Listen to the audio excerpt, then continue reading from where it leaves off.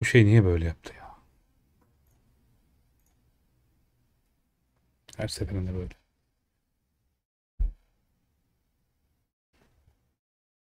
Ses.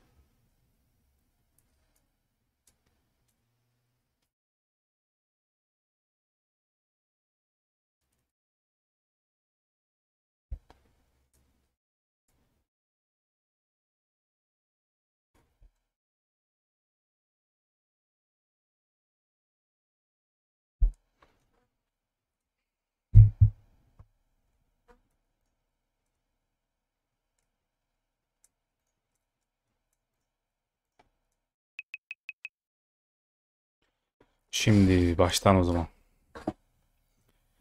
25. yılı gelmiş. Tam da Kasım 1998'de Half-Life 1 çıkmış. Tam da yıl dönümüne 25. yıl güncellemesi yayınladılar. En çok gözüme çarpan yeniliklerden biri eski Won arayüzünün geri gelmiş olması. Çünkü Steam'den sonra gelen arayüz çok sıkıcıydı bence. Hatta bunu böyle Won arayüzüne dönüştüren modlar vardı. Onlar da sağlıklı çalışmıyordu. Oyunu bozuyordu. Bu yeni arayüz çok daha güzel olmuş. 19 Kasım 1998 yani yarınmış aslında yıl dönümü. Koş, düşün, vur, yaşa. Tabi Translate'e çevirince böyle oldu. Yarılanma ömrü. Tüm zamanların en iyi oyunu PC Gamer. Bakalım bu güncelleme neler değiştiriyor. Oyunu biraz daha eski ruhuna geri döndürmüş böyle. O pikselli grafikleri falan geri gelmiş. Zaten bu neydi o? M-Mod falan bunu getiriyordu. M-Mod gibi olmuş sanki resmi bir şekilde. Yeni multiplayer haritaları gelmiş.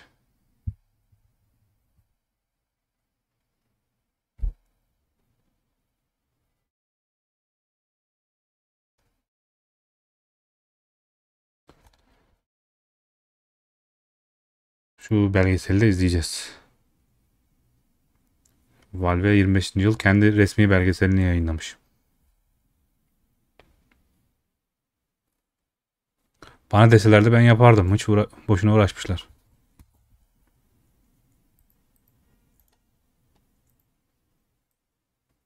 Wasn't really the point.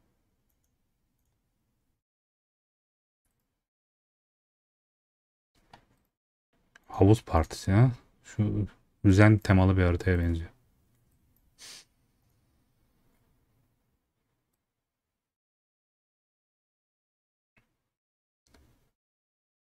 Ne diyor? Uzayda serbest yüzen bir dizi yatıştırıcı, yani iyileştirici şifa havuzunun etrafına inşa edilmiş, terk edilmiş Zen karakolunda. Burada nefes alıyorsun önemli değil. Yani nefes alınabiliyor diyor. Source'un kalktığı iyi olmuş. Gereksiz bir moddu o ya.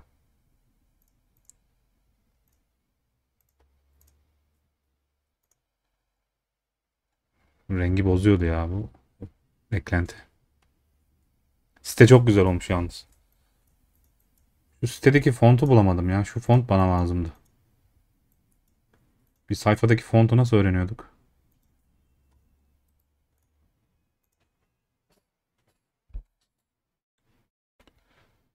Sources fonts diyor bak. Bu mu? Ama bu değişik bir font. Din Pro. He, az önce ben Din Pro'yu kullanmıştım. Din Pro. Evet. Bu Half-Life'ın fontu.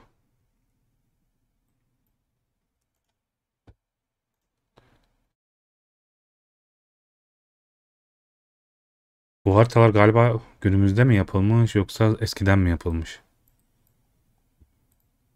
Valve hala Gold Source'a çalışıyor demek ki.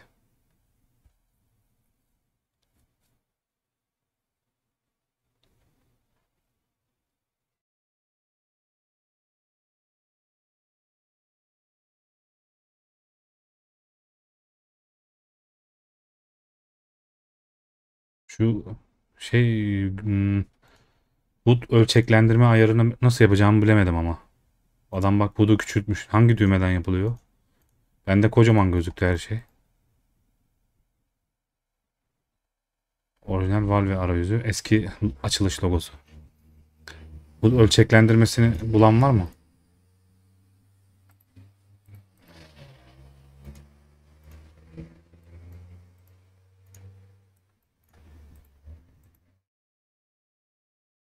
Uplink modunu da getirmişler ayrıca.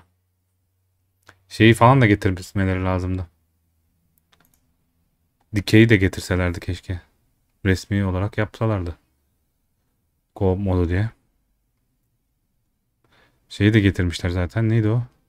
Opposing Force falan. Bunlarda da var herhalde değil mi bu güncelleme? Steam Deck, Uplink, ölüm maçları. 3 tane mi? 3 tane evet. Porter Data serisine bulunan Deathmatch haritası eklenmiş. Ha. Ama yeni harita. 3 tane. 4 tane yeni harita. 3 tane de Further Data haritası. Ve Deathmatch'e Spacebarker Ivan Prototip Barney. İskelet ve kahve adam gelmiş. Prototip Barney. Bu değil lan. Ha şu Barney. Yeni spreyler gelmiş. Steam Friend Rich Present desteği gelmiş. Nasıl oluyor arkadaşlarının Black Mesa'daki yolculuğu takip etmesi dediği olay?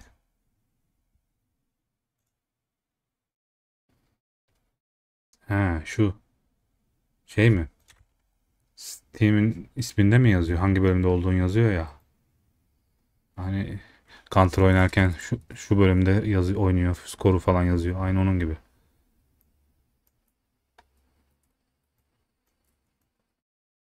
El bombası fiziği geliştirilmiş. Spawn pointleri herhalde. O iyileştirmişler. FPS düzeltmeleri. Takılmasına neden olan durumlar. Selamlama diyalogları. Görüş açıları. Kırmızı varillerin amaçları gibi fırlatılmaması düzeltilmiş. Snarkların saldırmasız sorunları. Bazen takılıyor kalıyor ya böyle snarkları atıyorum böyle kenara yapışıp kalıyor. Bu kadar güncelleme bayağı bir uğraşılmış.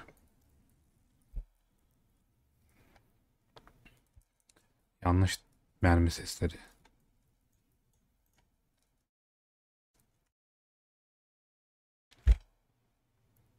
4K falan. Doku filtresi.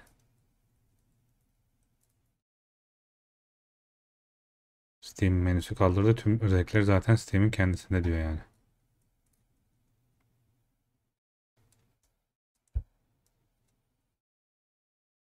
Entropy Zero 2'ye Türkçe dublaj yapmamıştık. Altyazı yapmıştık. MP5 tam cephaneyle. Mod yapımcıları için motor iyileştirmeleri diyor bak. O zaman modlara destek gelmiş yani. Yeni modlar çıkabilir. Açık bir beta alanı arşivlendi. Half-Life'ın bu yıl dönümü sürümü nihai sürüm olarak görüyoruz. Bundan sonra desteklemeye devam edeceğiz. Half-Life Source, Steam mağazasında görünümünü azaltacağız. Source'un varlıklarını Source motor topluluğu tarafından kullanmaya devam ettiğini biliyoruz. Bu yüzden kullanılabilir olmaya devam edecek. Ama Half-Life olunca bunun yerine bu sürümü oynamaya teşvik edeceğiz. Yani ben de öyle diyordum zaten. Source'u hiç oynamayın, hiç bulaşmayın. Source öylesine yapılmış bir mod gibi bir şey. Gereksiz.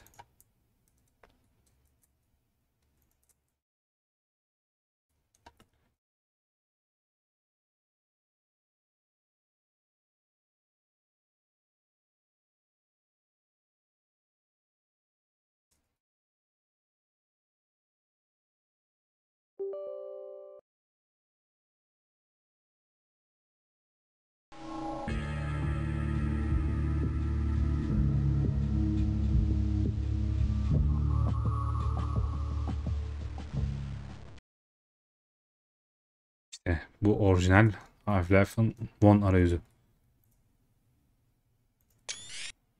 Tabii orijinali böyle değildi ama gene de eski görünümüne kavuşmuş. Şu ışıklandırmalar falan.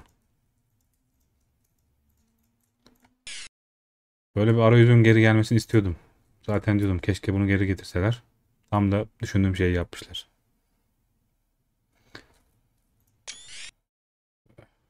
Uplink gelmiş.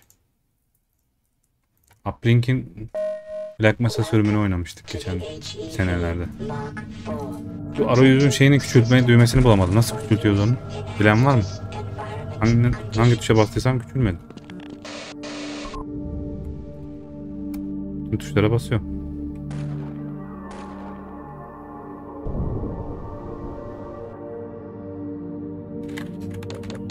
Bu ne ya? Ha. Eski pikselli grafikler de geldi. Bir de böyle sallanırken kafayı böyle sallıyor bak. Sağ sol yapınca o özellikleri. Biraz sonra mantıkları da girebiliriz. Şimdi bana şunu söyleyin. Şu arayüzü küçültme düğmesinin hangi düğme? Yazılar şu HV suite düğmeleri var ya. Çok büyük gözüküyor. Özelliklerde küçültme yazıyor sitesinde. O küçültmeyi bulamadım bir türlü.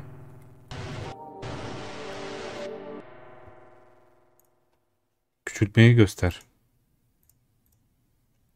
Hangi düğme?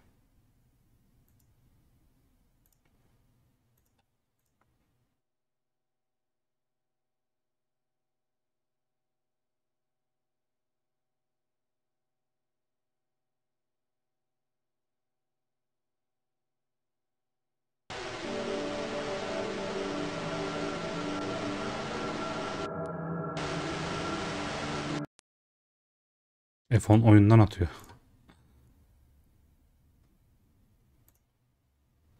F'lere basayım dedim. F10 oyununu direkt kapatıyor. Şu özelliği açamadım ya. Bak küçültmüş yazıları. Güncelleme hep kalacak tabi de. Küçültmeyi nasıl yapacağız onu bir söyleyin ya. Yok mu bilen?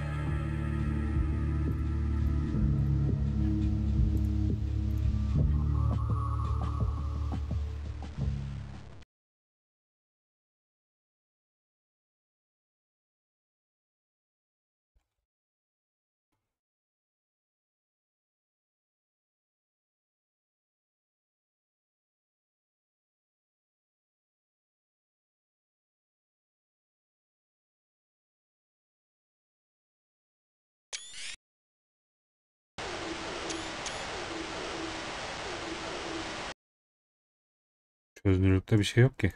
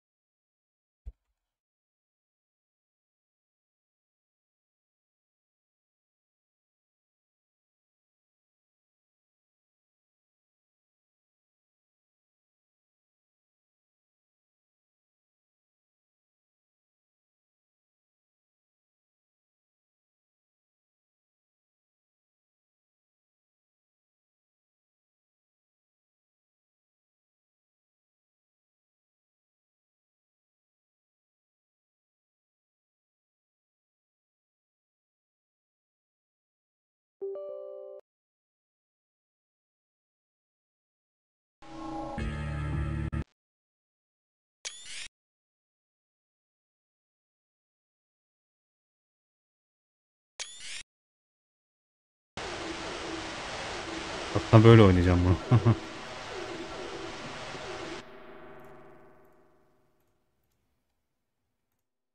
Çok düşük çözünürlük.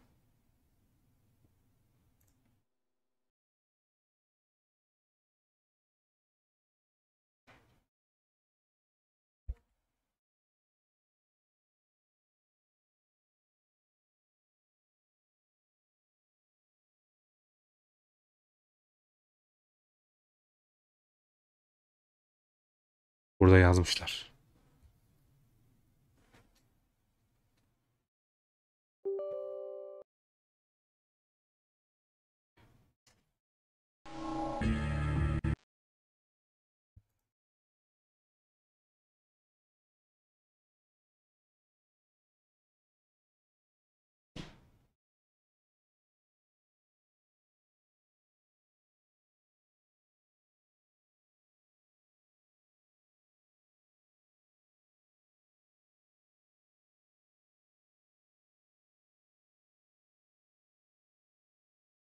Kendimiz mi ayarlayacağız?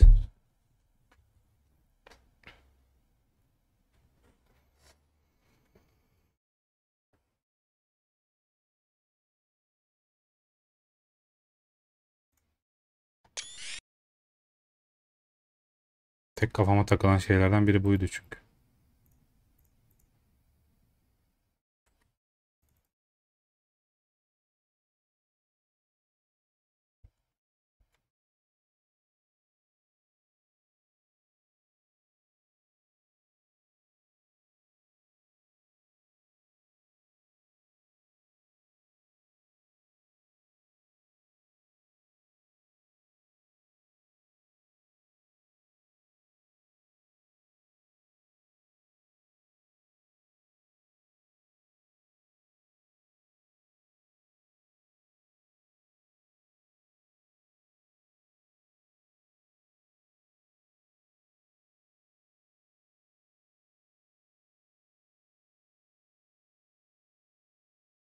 Windows yazınca HUD küçülüyor mu?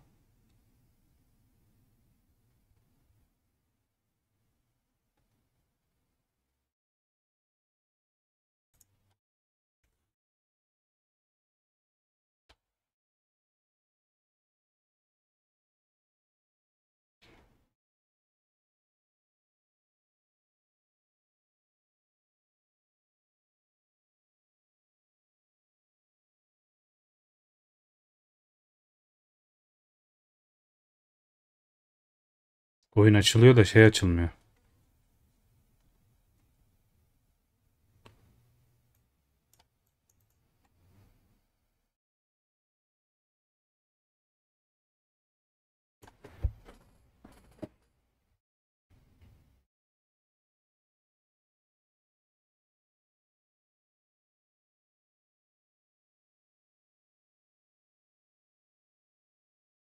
Bir de şeyi düzeltmişler. Mesela bir modu falan açarken sürekli 640 çözünürlükte açılıyordu oyun. Artık onu düzeltmişler. Masaüstü çözünürlüğü neyse ona göre açıyor.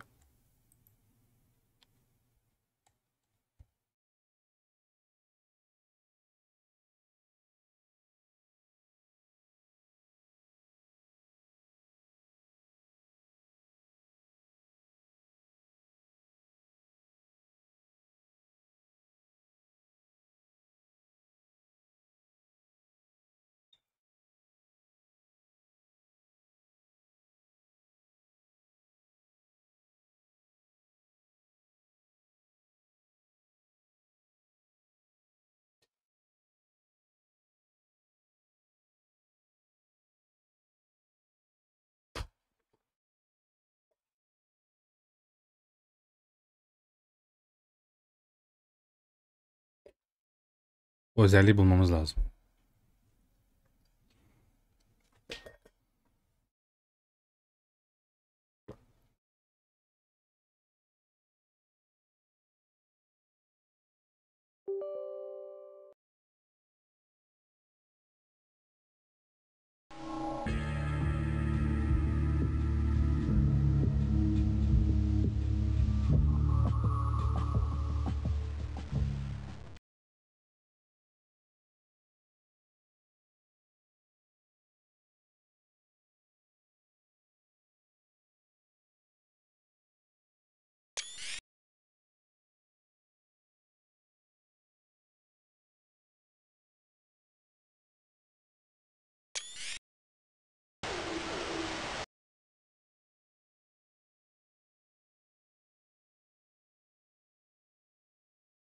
Bak böyle uzak şey yapıyor.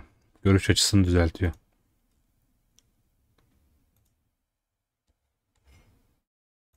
O ayarı niye koymadılar ya?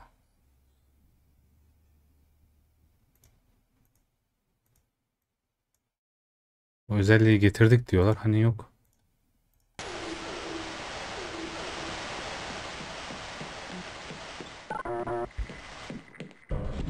Open up the reactor complex so we can get down to safety. I'm sorry, but those doors will not open until we send the all clear. So send it already.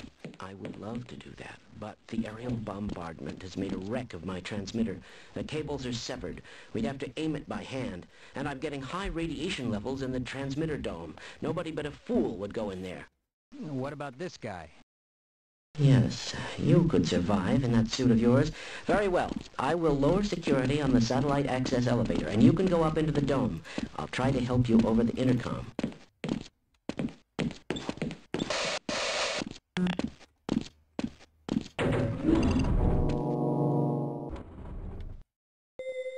I'll stay here and guard this area.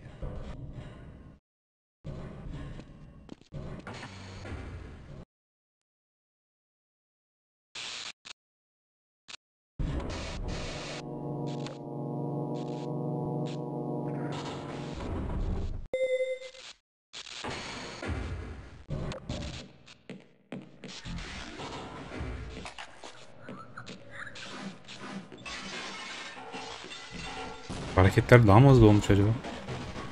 Fazla hızlı yürüyor sanki.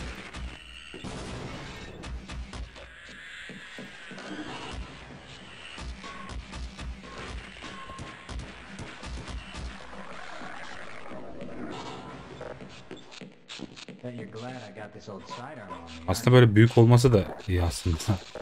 Alışırabilirim.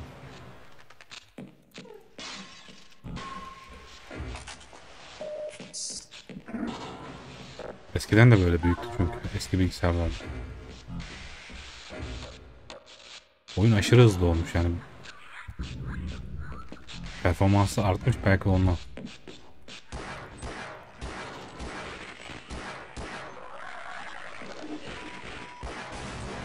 Lacerations detected.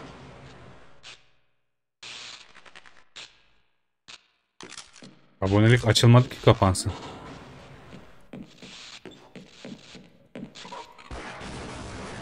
Oh.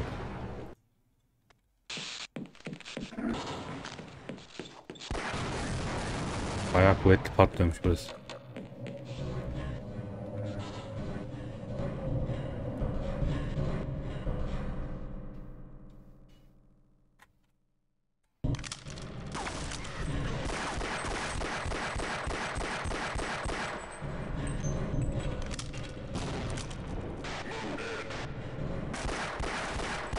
Ama güncelleme iyidir yani çünkü yeni bilgisayarlarla daha uyumlu hale getiriliyor. Mesela öyle uyumsuzluğu vardı ki sürekli 640 çözünürlükte falan açılıyordu. O özelliğin düzeltilmesi çok iyi oldu.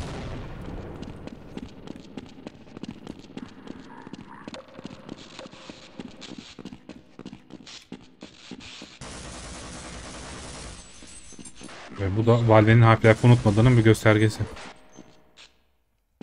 Uplink resmi olarak orijinal Half-Life'a geri gelmiş. Bir de şu pikselli grafikleri geri getirmesi güzel olmuş. Onu bir türlü açamıyordum.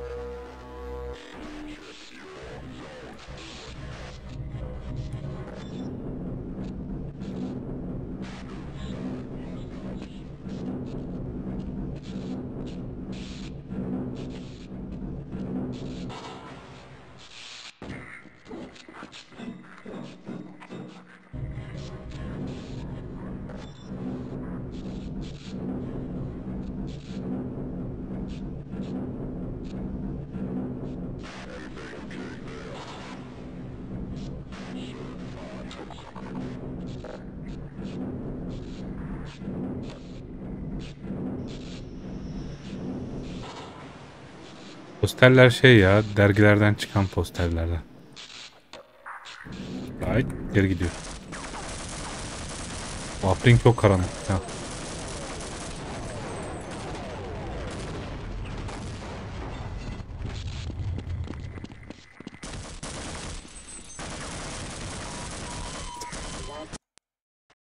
Grafikleri düşürünce değil, software denilen render özelliğini açınca bir OpenGL vardı. DirectX vardı, bir de software vardı. Software'i seçince benim eskiden bilgisayarım çok kötüydü. Windows 98'li bilgisayarda kullanıyordum. Windows 98'li bilgisayarda oynuyordum. Bilgisayarım Windows XP'yi kaldırmıyordu. İşte o bilgisayarda böyle bu grafiklerle oynuyordum o zaman.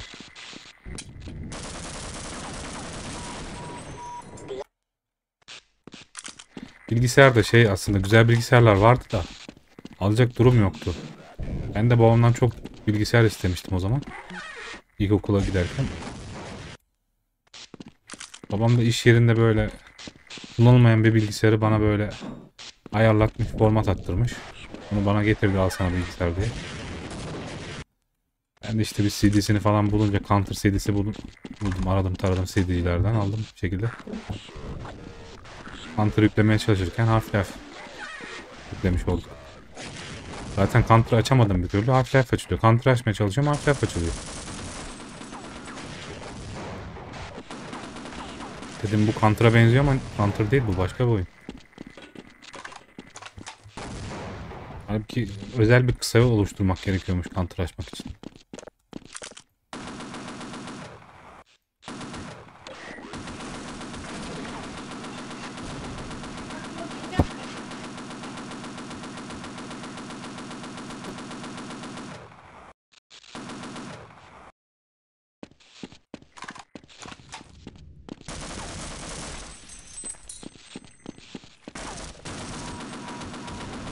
Loss detected. Ya bir bitin artık ha. Seek medical attention. Warning. Vital signs critical.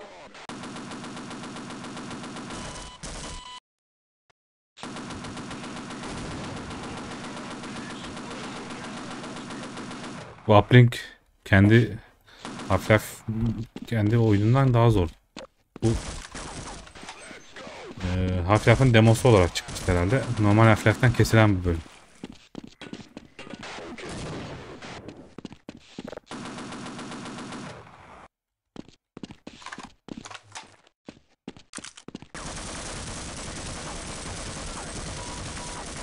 Blood loss detected.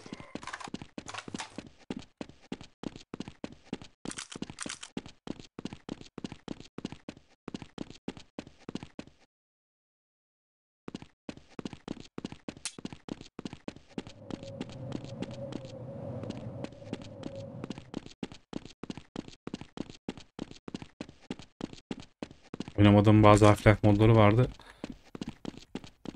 Bu yeni güncellemeyle oynamak güzel olacak. Nereye koşuyor lan bu? Vital signs critical.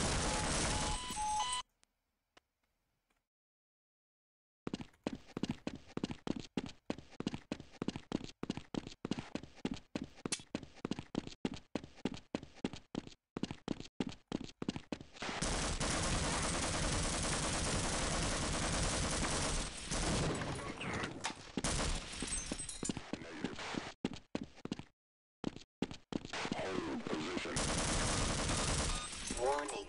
Vital signs critical.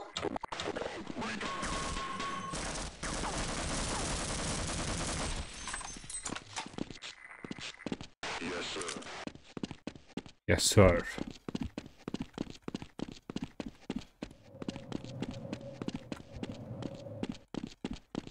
Niye gitsin ki? Açılış ekranı niye gitsin?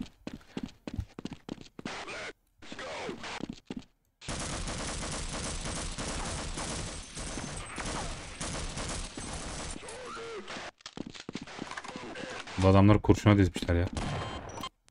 Pompalı vurdu ha.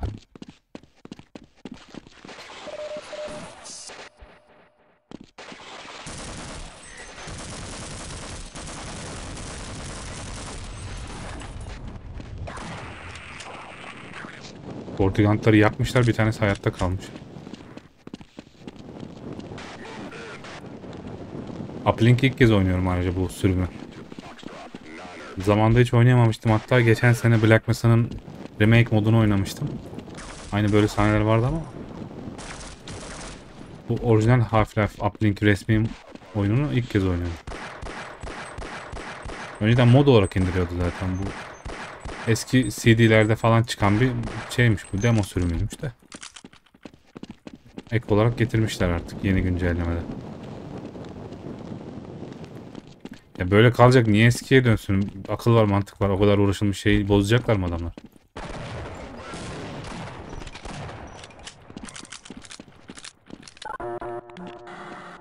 Wait a minute, and I'll let you in. Uplink de bayağı uzun galiba. Çok da kısa değil.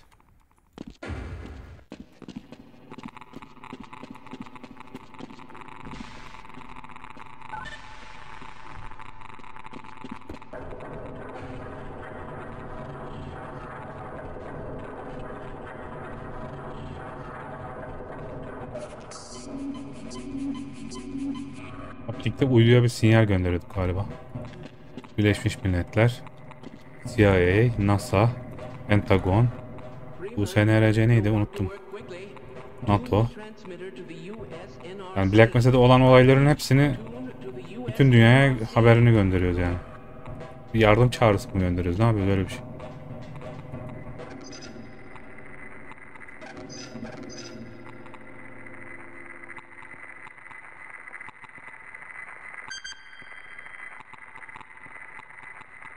Anten. Uyduya göndermemiz lazım. Excellent. I'm sending the all clear and the doors should open now. We'll meet you down below.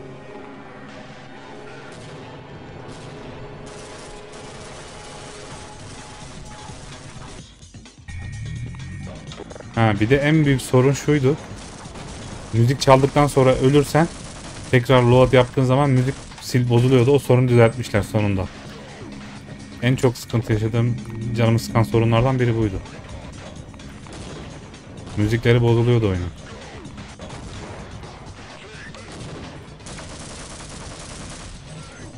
Bak şimdi ölsem de tekrar açtığımda müzikler bozulmuyor. Onu düzelttikleri iyi olmuş.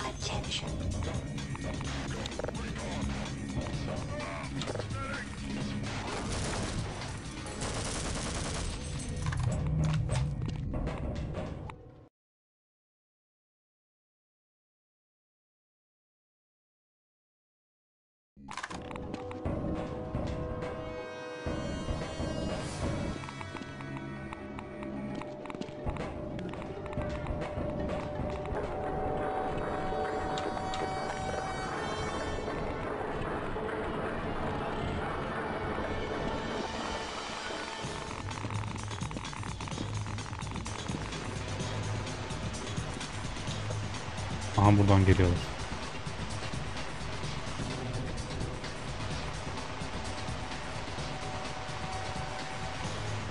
Bomba elimde patlayacak mı? Evet, patladı. Uzun süre tutunca elinde patlıyor bomba.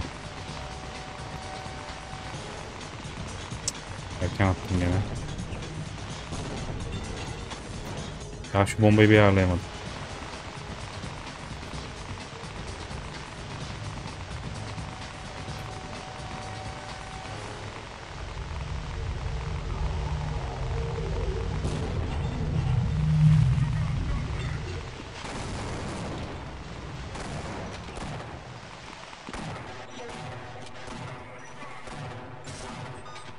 Emergency. User dead applications depleted. Bunlar nereden gelmiş buraya?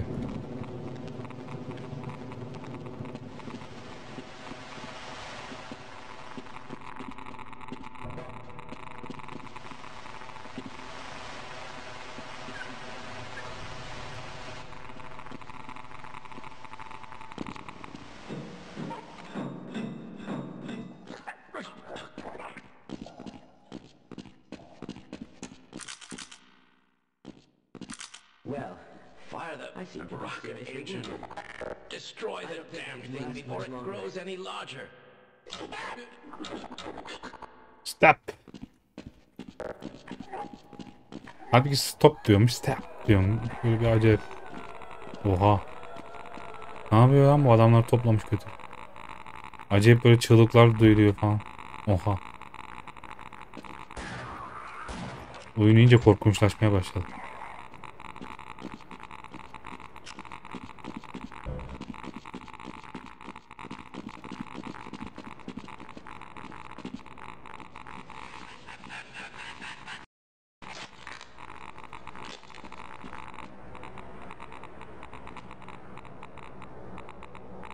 Yenilik çok ya. Ölürken all you got dedi. Tek yapabildiğim bu mu? Elinden gelen bu mu?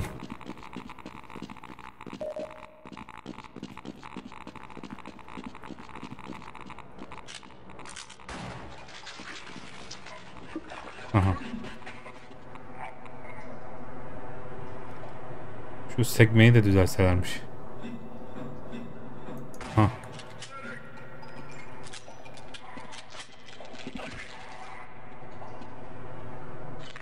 Bu işe bak.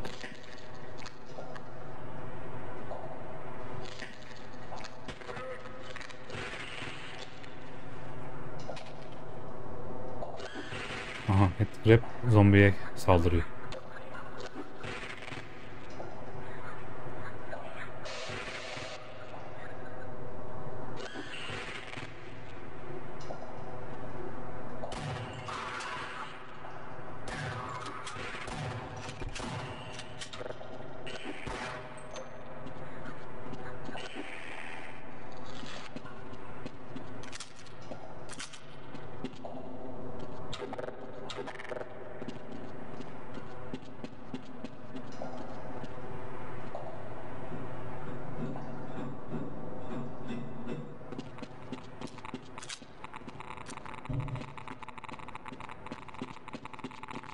Burası geldiğimiz yer.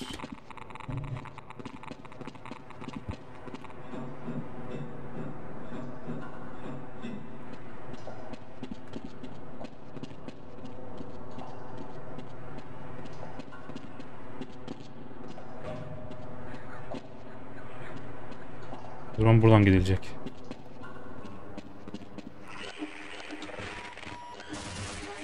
Laceration detected. Evet, kraklara yem olduk.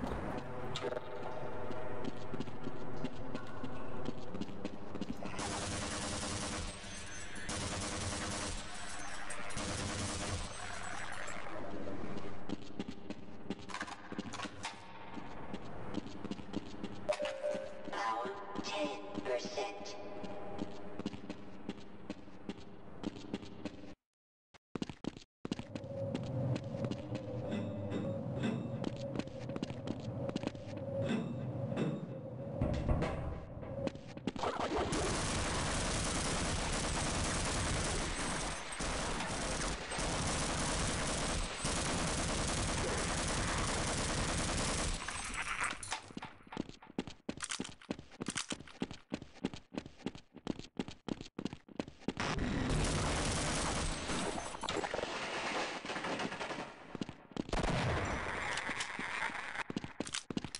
Yalnız oyun işi çok daha gelişmiş bence. Güzel oldu.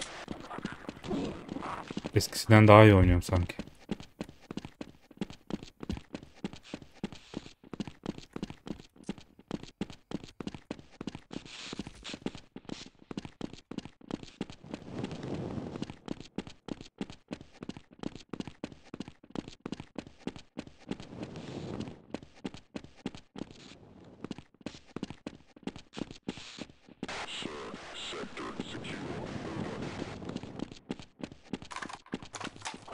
Bir haftaya da Counter'ın 25. yılında güncellerler o zaman.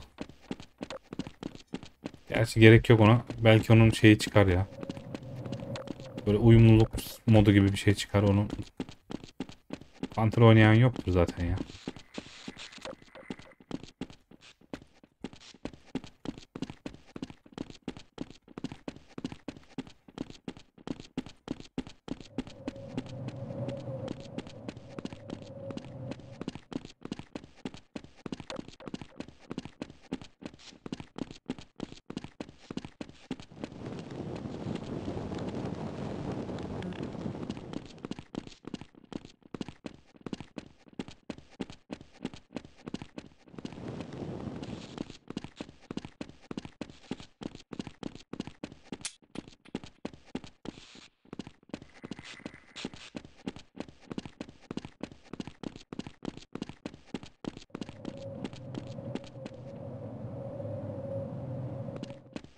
Her yer konteyner dolu burası.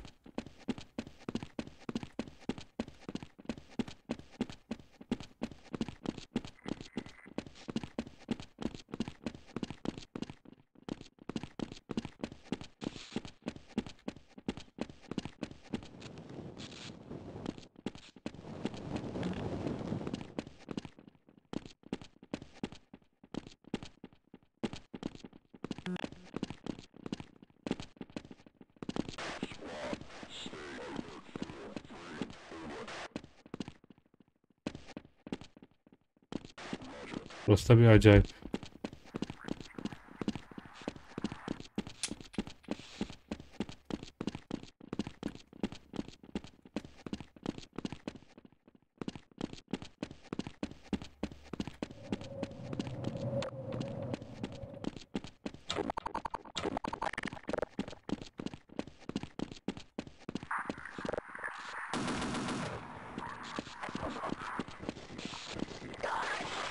Buradan. Ben de dolanıyorum boş boş.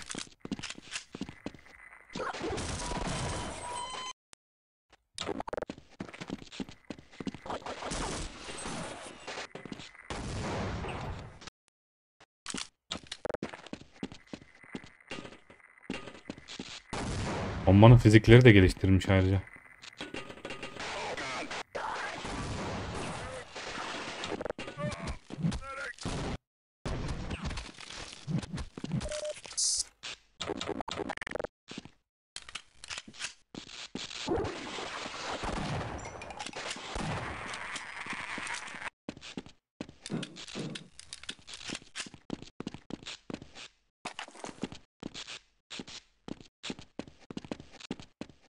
Buraya zıplayabilir miyiz ki?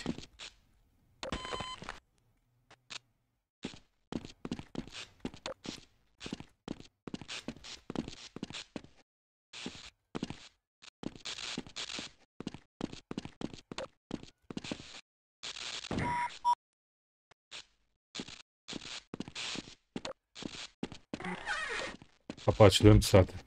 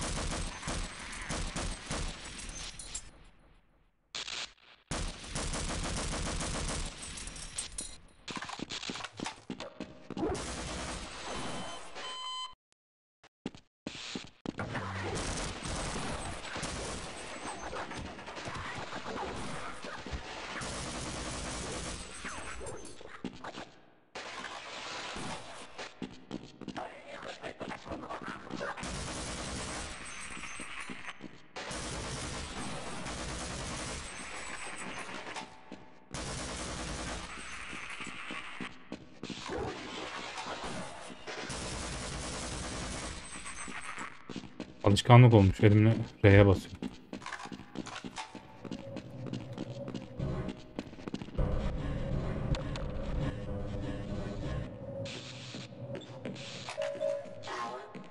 Bak.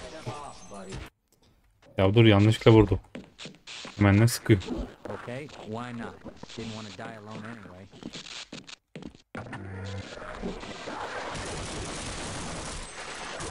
Al, zaten öleceksin zaten.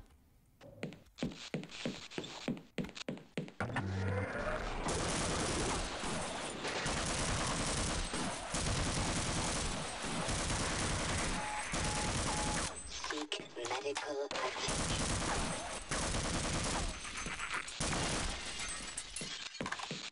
Zaten bir işe yaramaz. Okay, I'll cover you.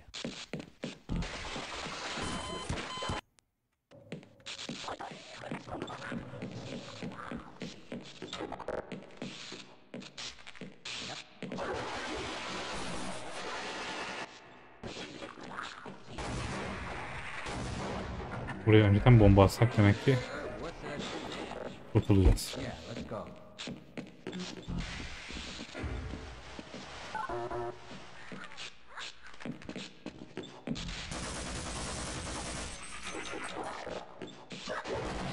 Greetings. Go on without me. Okay, we might live longer if we work together.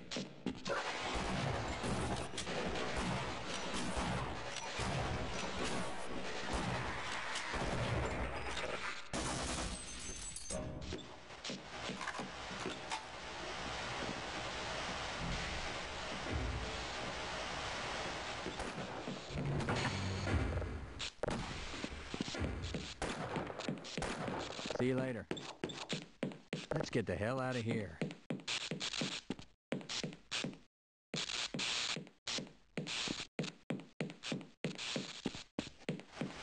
Böyle bir kafama eğim de geçem diyen yok.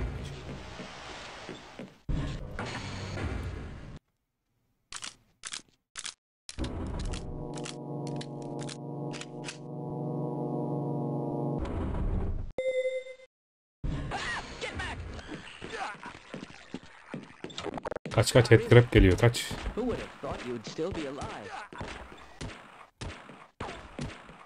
Whoa. Headcrab geliyor, hala donatlarımı kim yedi diyor ya. What is... Hey, Gordon. It can't get any worse than this. Sen bana ne ateş ediyorsun? Love loss detected. Do you have any idea what's going Ben on? sana ateş etsem hemen gir, sen bana ateş edersin. Bunlar da nişancılık sıfır ya. Is someone there? I can't see a thing. Ha, konuşuyor. Hiçbir şey göremiyorum diyor.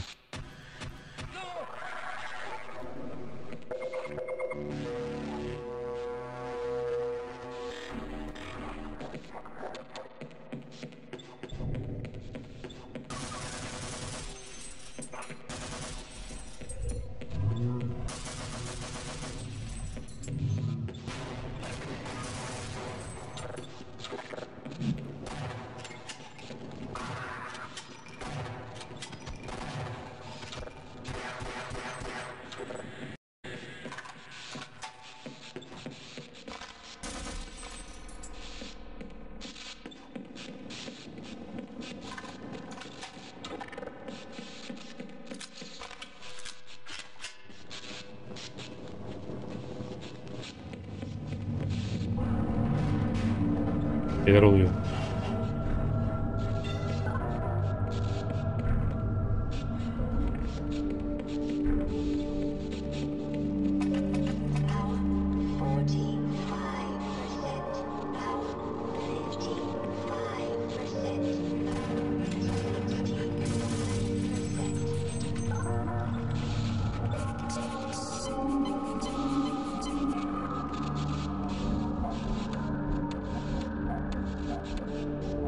El feneri de yanına atmıyor sanki.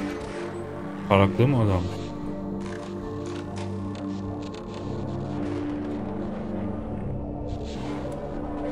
Aha.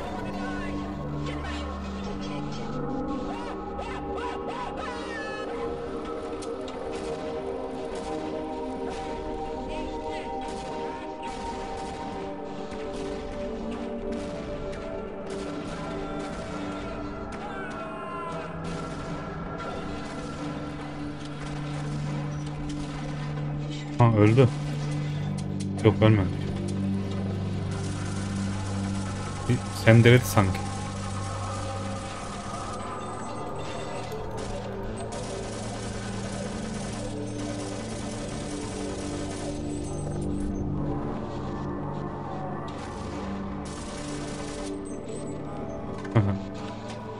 Burada bitiyor demek ki.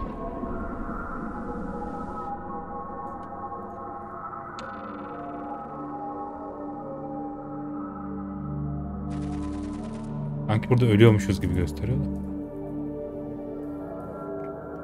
Further data. Evet, geçen oynadığımız mod buydu. BLACKLINE üzerinde Further data ile ilgili mod yapmışlar. O da güzel.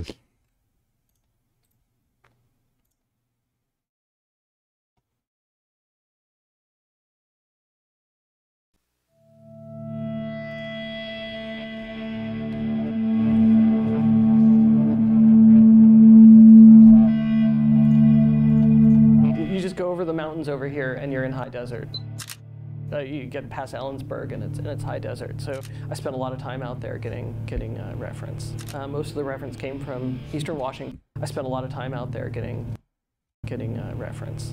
Most of the reference came from Eastern Washington. I did a drive out to the Columbia Gorge and took a lot of photos, and also a lot of just reference imagery of just like, hey, this is what desert looks like, and big cliffs and stuff like that. That drive was 2 days. It was 8 hours down, 8 hours back, and I'm not even sure I spent the night. I did. I must have spent the night down there. So while it was definitely made for the Southwest, the local reference was out in the Columbia Gorge. Good morning and welcome to the Black Mesa Transit System. This automated train is provided for the security and convenience of the Black Mesa Research Facility personnel.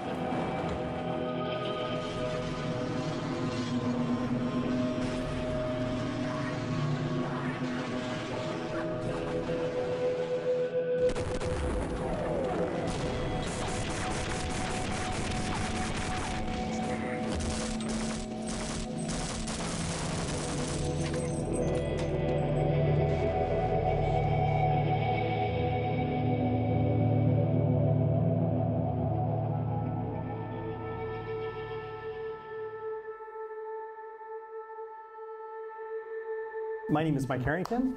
I was co-founder at Valve.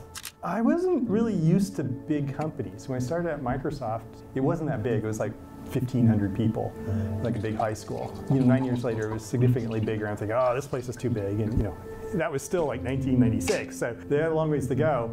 I told my managers like a year before, like, I'm leaving in a year, and I'm going to start a game company. And the first person I talked to was a good friend of mine, Michael Abrash. But at that time, he was trying to do something within Microsoft, and by the time it made sense, John Carmack had convinced him to go work at id. So how could he say no to that? And then I was having lunch with Gabe, and I said, Gabe, I'm leaving. I'm just going to leave, and I'm going to start a game company. He goes, I want to leave. I want to start a game company. Like, all right, and that was it. On the surface, we should have failed. And realistically, both Mike and I thought we would get about a year into it, realize we'd made horrible mistakes, and go back to our friends at Microsoft and ask for our jobs back. But we did think that we knew a fair bit about software development, that there were expertise that goes into it. I think we also had some pretty clear ideas of how to design a company, right? So when we were building Half-Life, we were also designing Valve at the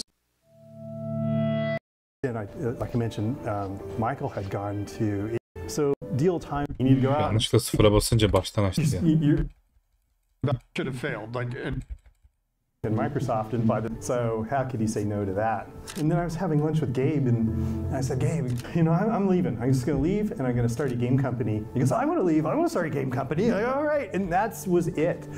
On the surface, we should have failed. And realistically, both Mike and I thought we would get about a year into it, realize we'd made horrible mistakes, and go back to our friends at Microsoft and ask for our jobs back. But we did think that we knew a fair bit about software development, that there were expertise that goes into it. I think we also had some pretty clear ideas of how to design a company, right? So when we were building Half-Life, we were also designing Valve at the same time. We had no plan except for, by then, like I mentioned, Michael had gone to id, and he said, oh, you're starting a game company, you have to use our engine. So Gabe and I flew down to Mesquite to meet id. We spent a good deal of time with John Romero, and he told us, like, this is what you need to do to start a game company. You need to go out and hire some level designers and do that kind of thing. And we kind of understood the engineering part. And then because we were Michael's friends, we walked away with the source code to Quake that day. We had no contract yet. We had kind of an idea of what it could be, and they just gave us a CD, and we had kind of the crown jewels of id, and that game on.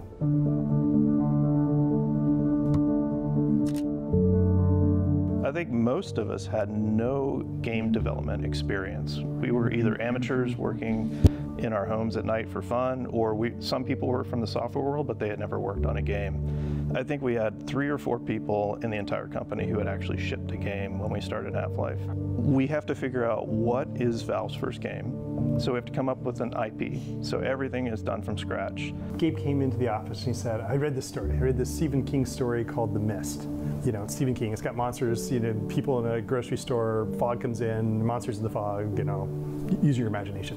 We didn't want to write that as a game. That wasn't really the point, but it was just the tension and, you know, how it felt. Well, it was interesting. At first, we had 2 games. Greg was working with Prospero, and then Half-Life was originally called Quiver. My job was then build a team and figure out another game for us to build. That'll be the second game Valve ships. What features should it have? How is it going to be different from a normal first-person shooter?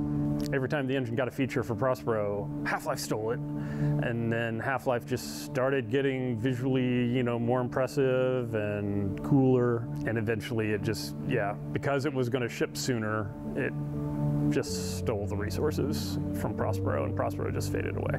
I had this character, had like a floating orb, and it wanted to have some, you know, effects on it. It's kind of magical energy, something. And so I worked with them on that and came up with the first version of the beam effects. And you know, they were using it, they were happy with it. And then people on Half-Life are coming over and like, what is that? How did you do that? So very quickly that got into Half-Life. The disaster sequence has kind of beam effects all over it, and we ended up using it for the Vortigons. Like, there are a bunch of things that we were doing that we thought would help us tackle the problem of what video games were. And what video games were a rapidly changing field where, at the time, 90% of video games failed to turn a profit. And a few percentage of them were very, very profitable, right? So it was a field that really valued talent. You know, like I said, Gabe and I brought some people, and then, you know, from there on out, we had to hire people. And, you know, Romero said you got to hire level designers. So, you know, we found some people who had industry experience. Worked on Rise of the Triad first as a pixel artist, and then went with Duke Nukem, and then everything just went nuts. But I was sitting in my office one day, and my phone rang, just out of the blue, and I pick it up, and it's this recruiter. Eventually, he hooked me up with Gabe, and they flew me up here. It was a big surprise. But then we started looking, you know, the nice thing that we had is we had a whole bunch of people in the world who had been working on mods, and so we could start looking at those folks. And that's where we hired a lot of our designers. Steve and Guthrie, Steve Bond, John Guthrie were my favorite hires. Big surprise. In the world who had been working on where we hired. Favorite hires by far. Other than Doug. Dakika başı bir şeyler düşürüyorum ya. Olmaz. Gabe sent them an email and they're like, who is this scammer? You know, never heard of these guys. Just kids, like barely 20, I swear. And they show up and they're just the most creative, brilliant. Clever.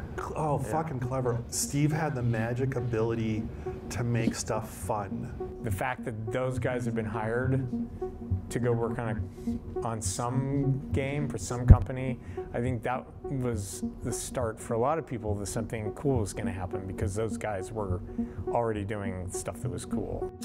And then Mark showed up, and like Mark actually knows how stories work, you know, beginning, Aslında bu adamların izinden gitmemiz lazım. And he had all sorts of great ideas. And bu adamların yaptığı şeyleri yapmamız lazım. You know, bring good ideas out of everybody else as well. Like, the person who wrote more code on Half-Life was a chemistry major who decided to be an IP lawyer in Atlanta, right? And he ended up writing more code than anybody else. The creature designer for most of the AI for the creatures in the game was a manager at a Waffle House. It's not like there are a bunch of people that you could say, oh, this person, you know, has a PhD in video game design. It was that combination of both finding those people when it wasn't necessarily easy to find them at that stage in the video game industry, and then also convincing them that it was a better place to work than anybody else.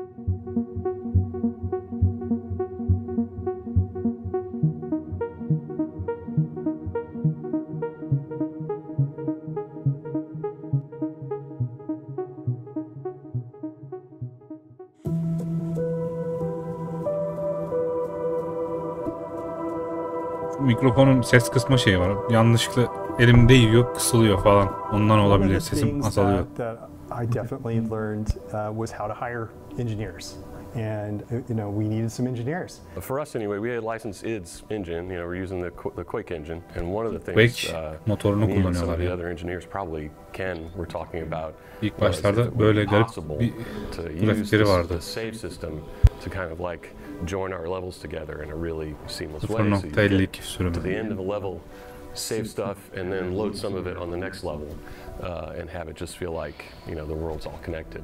And so we had like every once in a while a hallway or the train would get to a point and you would have a little stop for the level to transition. And so he wrote that code leveraged on top of just the save load code to do the transitions. And I think in Half-Life 1 we got most of the transitions were a second or two.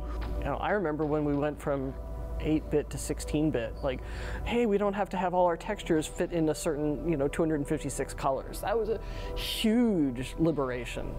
The two tech investments we made for Half-Life was to get to 16-bit color and skeletal animation for all the monsters. But at the time it was completely revolutionary. Your Quake characters it's like a text file of vertex positions over time. I wanted so much more animation, and I wanted the animators to have the freedom to put in 100, 200, 500 frame. Yani zamanında kimsenin yapamadığı şeyler bu animasyonlar. And then you can do all sorts of other things because you have a skeleton, so it's like, oh, I can hook on a gun to a character.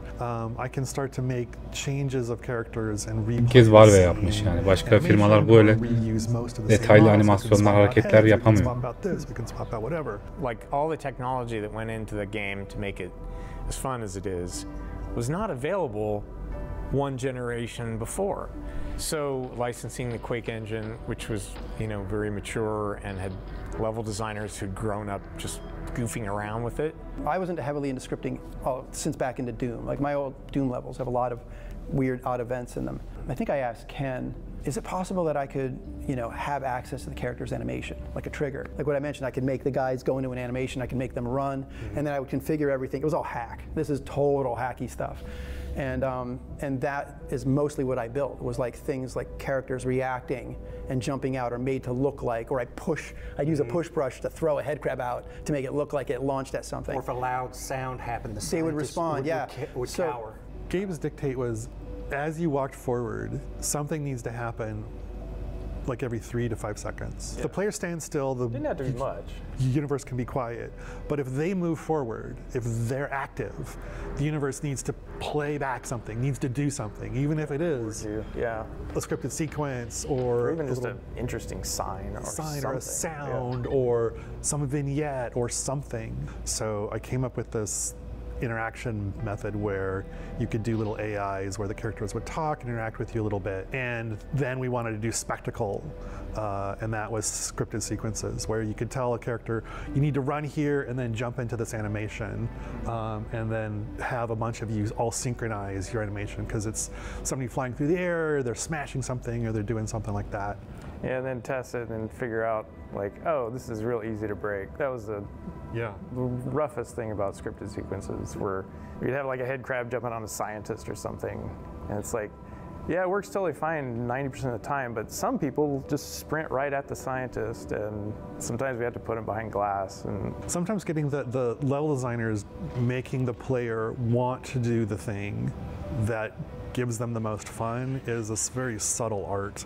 The tentacle sequence is probably the one I remember the most. You're playing it, right? That was the first time I think they melded together. Because you had your trigger so closely, and we wanted it to be triggered. So by the time you start to see it, you see the scientist flying through the air and hitting the wall. Then you could look in and you could see the scientist being carried away. The tentacle itself is separate; it's on its own, and you bring the two together, mesh them together, and boom. It felt so seamless, though, and that for me is like moments like that, and that might have been the first one, is when you start to see the scripted events and play start to blend a little bit more than just ambience. For God's sake, open the silo door! They're coming for us! It's our only way out! Oh my God, we're doomed! I remember Brett in particular had done some of the lab scenes where scientists would walk from one area to another and just look at a monitor. And it gave them a little bit of life. A ton of the work that went into that area was because we knew it was going to be the beginning of the game, and we really needed to make it a vibrant and interesting, fun place to be and explore. So originally they were designed to sort of be behind glass. They were just designed to be spectacle. Yeah, a little vignette. And then all of the level designers like, no, I'm going to put that right in front of you.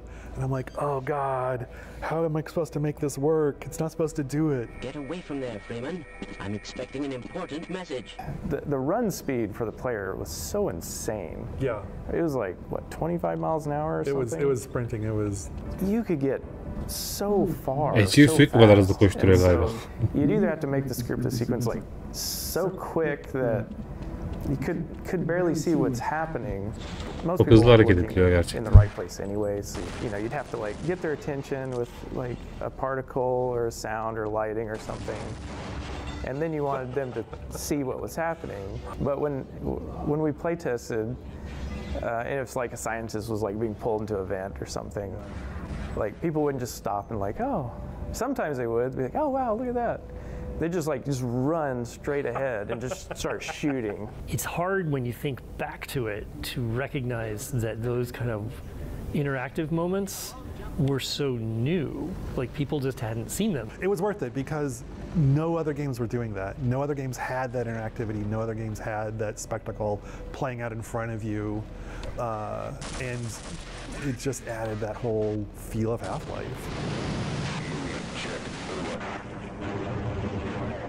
Gabe had started to develop this theory around interactivity, and the environment needed to let you do what you wanted and then react to it.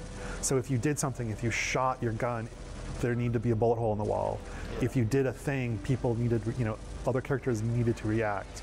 The world is acknowledging you exist. The world is acknowledging all of your actions. And that's this huge part of reinforcement. And you'd have these conversations where you'd be sitting in a design review and somebody'd say, that's not realistic. And you're like, okay, what does that have to, like, explain to me why that's interesting, because in the real world, I have to write up lists of stuff I have to go to the grocery store to buy.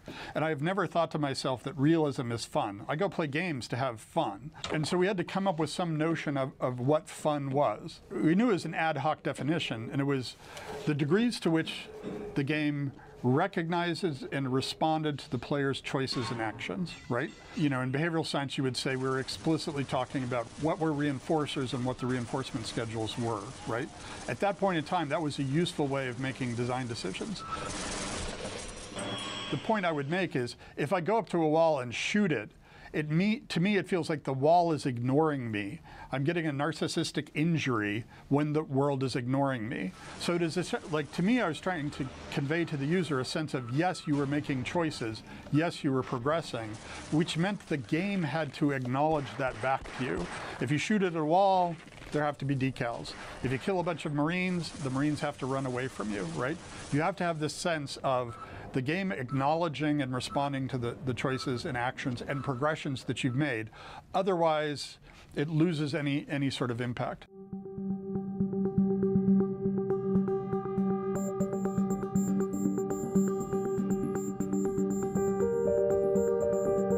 Ted and we were on the same page in terms of what the game should look like, which would be just sort of alien in a very naturalistic kind of way. Like these are creatures from another dimension, another planet that look like they evolved in a way. And Chuck had he came from Duke Nukem. He made a bunch of monsters that went in a sort of a different direction. And for a while, the game had a hard time coalescing around a single vision. All the ones that looked like genitals were Ted's. Yeah. And all the ones with shiny bits that looked like alien soldiers were Chuck's. That was a thing when I first came in, Ted's style and mine. Yaratıklar gelseydi çok daha acayip olurdu ha. Between the two to make it work. Yeah. Ted Ama her şey konsept tasarımlardaki gibi olmuyor tabii. And I had a little bit different, but it worked. Ted made these really weird. He did the head crab. That's pretty much the symbol of it all. And I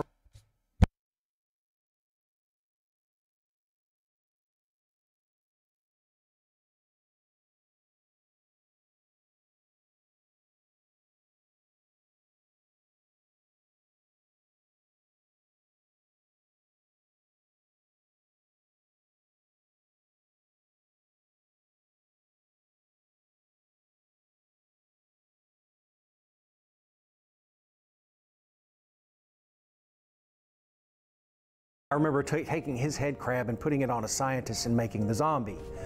Right. Well, we pretty much have. We talked, and it's like, okay, we'll do. You do that, and Ted did the soldiers. I did the scientists. I did a lot of the aliens, and with the Hornet gun. 3-5 kişiyle işte iş bölümü yapıyorlar. Sen bilim adamlarını yap, sen askerleri yap. Alien slave. Well, I did some animations for the bull squid or bull chicken. I have to call him that. Kalamar tavuğu. That's a Ted creature there. The hound eye was Ted's as well. Yeah, a lot of the fleshy. Bu Hyundai'ların ses telleri gözlerinde. Yeah, that's a Tedism. You can always tell Ted's designs because they're much more aquarium than aquarium and/or like unspeakables. You know?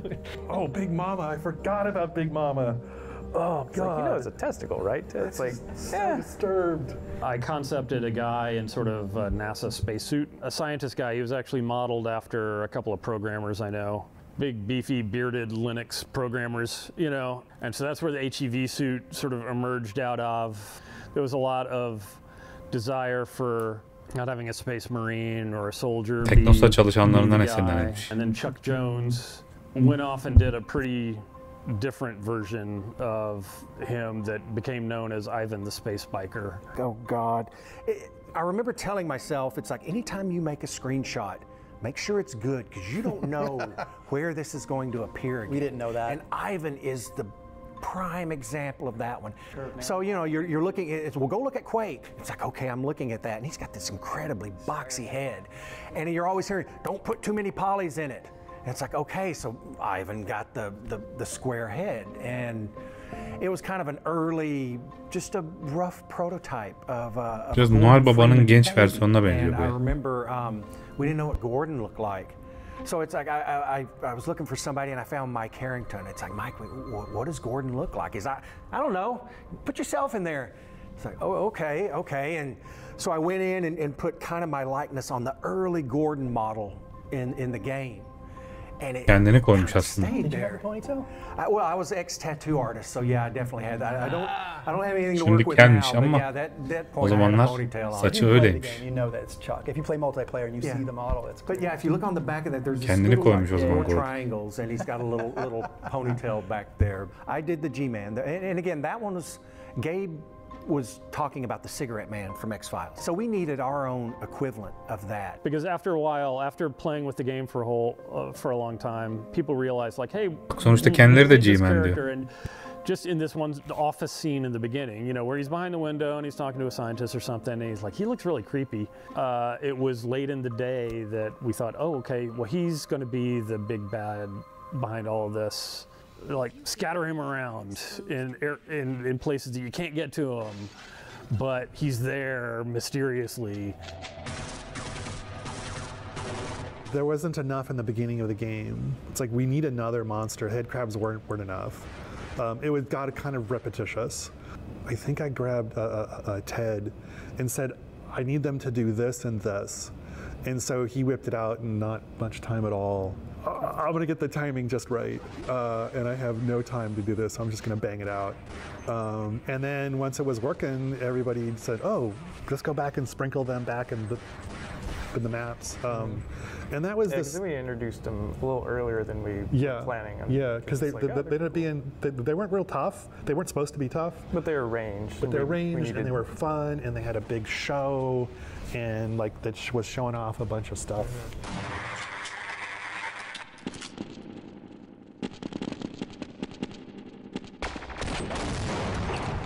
I remember the assassin came in pretty late. That was it. It was like, okay, I have a week and a half. It was already done. It was already all modeled, already all animated. And the requirement was it couldn't have any new animations. Tek kadın karakterler bunlar. So had to come up. I grabbed a bunch of Steve Bond's AI and banged that thing out. I built a level, super crude, but it had all the right spacing and all the right heights and all the right geometry. Again, it's just a presentation where this creature gets to shine, this enemy gets to shine, and is your entire focus for that scene. And it's kind of a memorable experience because it's it just takes place in a different fashion than other encounters, you know, and you get knocked out, and there's all kinds of, like, so the lights go out, and you get dragged through a corridor and things. So, Aslında olacakmış ama nedense kaldırmışlar.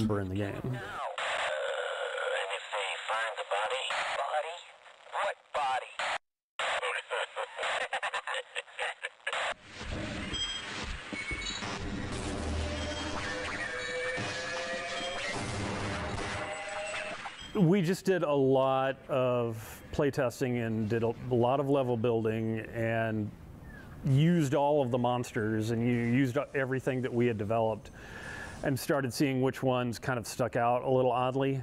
You know, like we had the hound eyes that Ted had concepted and Kelly had done great sounds for them. And so they seemed like a very oddly plausible sort of alien creature. And Chuck did what we called the panther eye, which was this big black panther looking sanki böyle yavru gargantua gibi. Bunlar gelseydi daha güzel olurdu. Bunları Half-Life 3'te falan geri getirmeleri lazım. Design wise, he seemed like this is a very useful creature. You know, it's like when you design things, you know, you like to have a gradient of difficulty, a gradient of escalation and threat. And so if we had these hound eyes, then oh yes, this like panther, bigger, scarier looking thing would be more of a threat. It was in the game for a long time and then sort of just worked its way out. Böyle Gargantua ile Vortigant arasında kaplan gibi bir şey. Like that into the environment and make it seem reasonable. The Stuka bat was it was something that I had did just a weird another creature from the air. We had the chub toad that we were going to use as a feeding animal to help and yeah, normalde bunları bu kurbağaları onları beslemek için kullanıyormuş. Aslında öyle bir şey olurdu.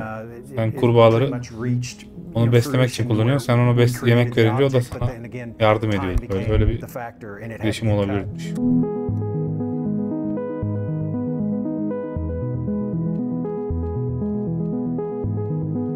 I grew up just outside DC, and so there's all these like big, really banal office buildings, and that's kind of the direction I went.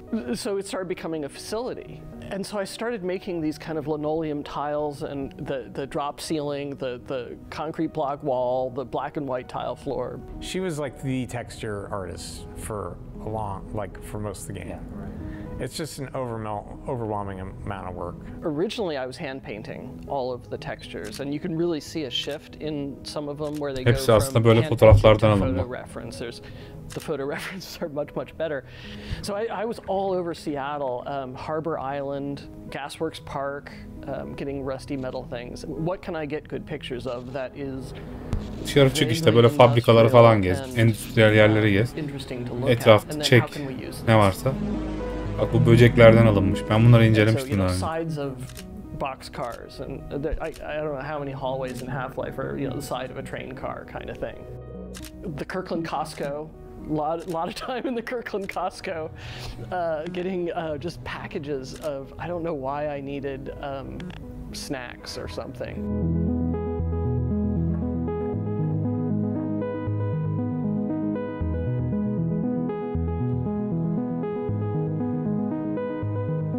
The first year was all about opportunity, and it wasn't quite as focused. We were finding our footing. We were getting into the 3 months before supposedly shipping in '97, and it's like, this isn't gelling. This is really not good. This is like, quick knockoff, cash grab, stupid, and let's not do that. There was a lot of disconnect between what all of the different groups were doing, what engineering was doing and what level design was doing and what animation was doing. We had a bunch of monsters that had no plans to get in the game because nobody else was assigned to work on them, and we had a bunch of levels that like, what's supposed to go in here? Oh, I don't know. Everybody's going to do a bunch of stuff. Gerçekten canavar tasarlamayı biliyor.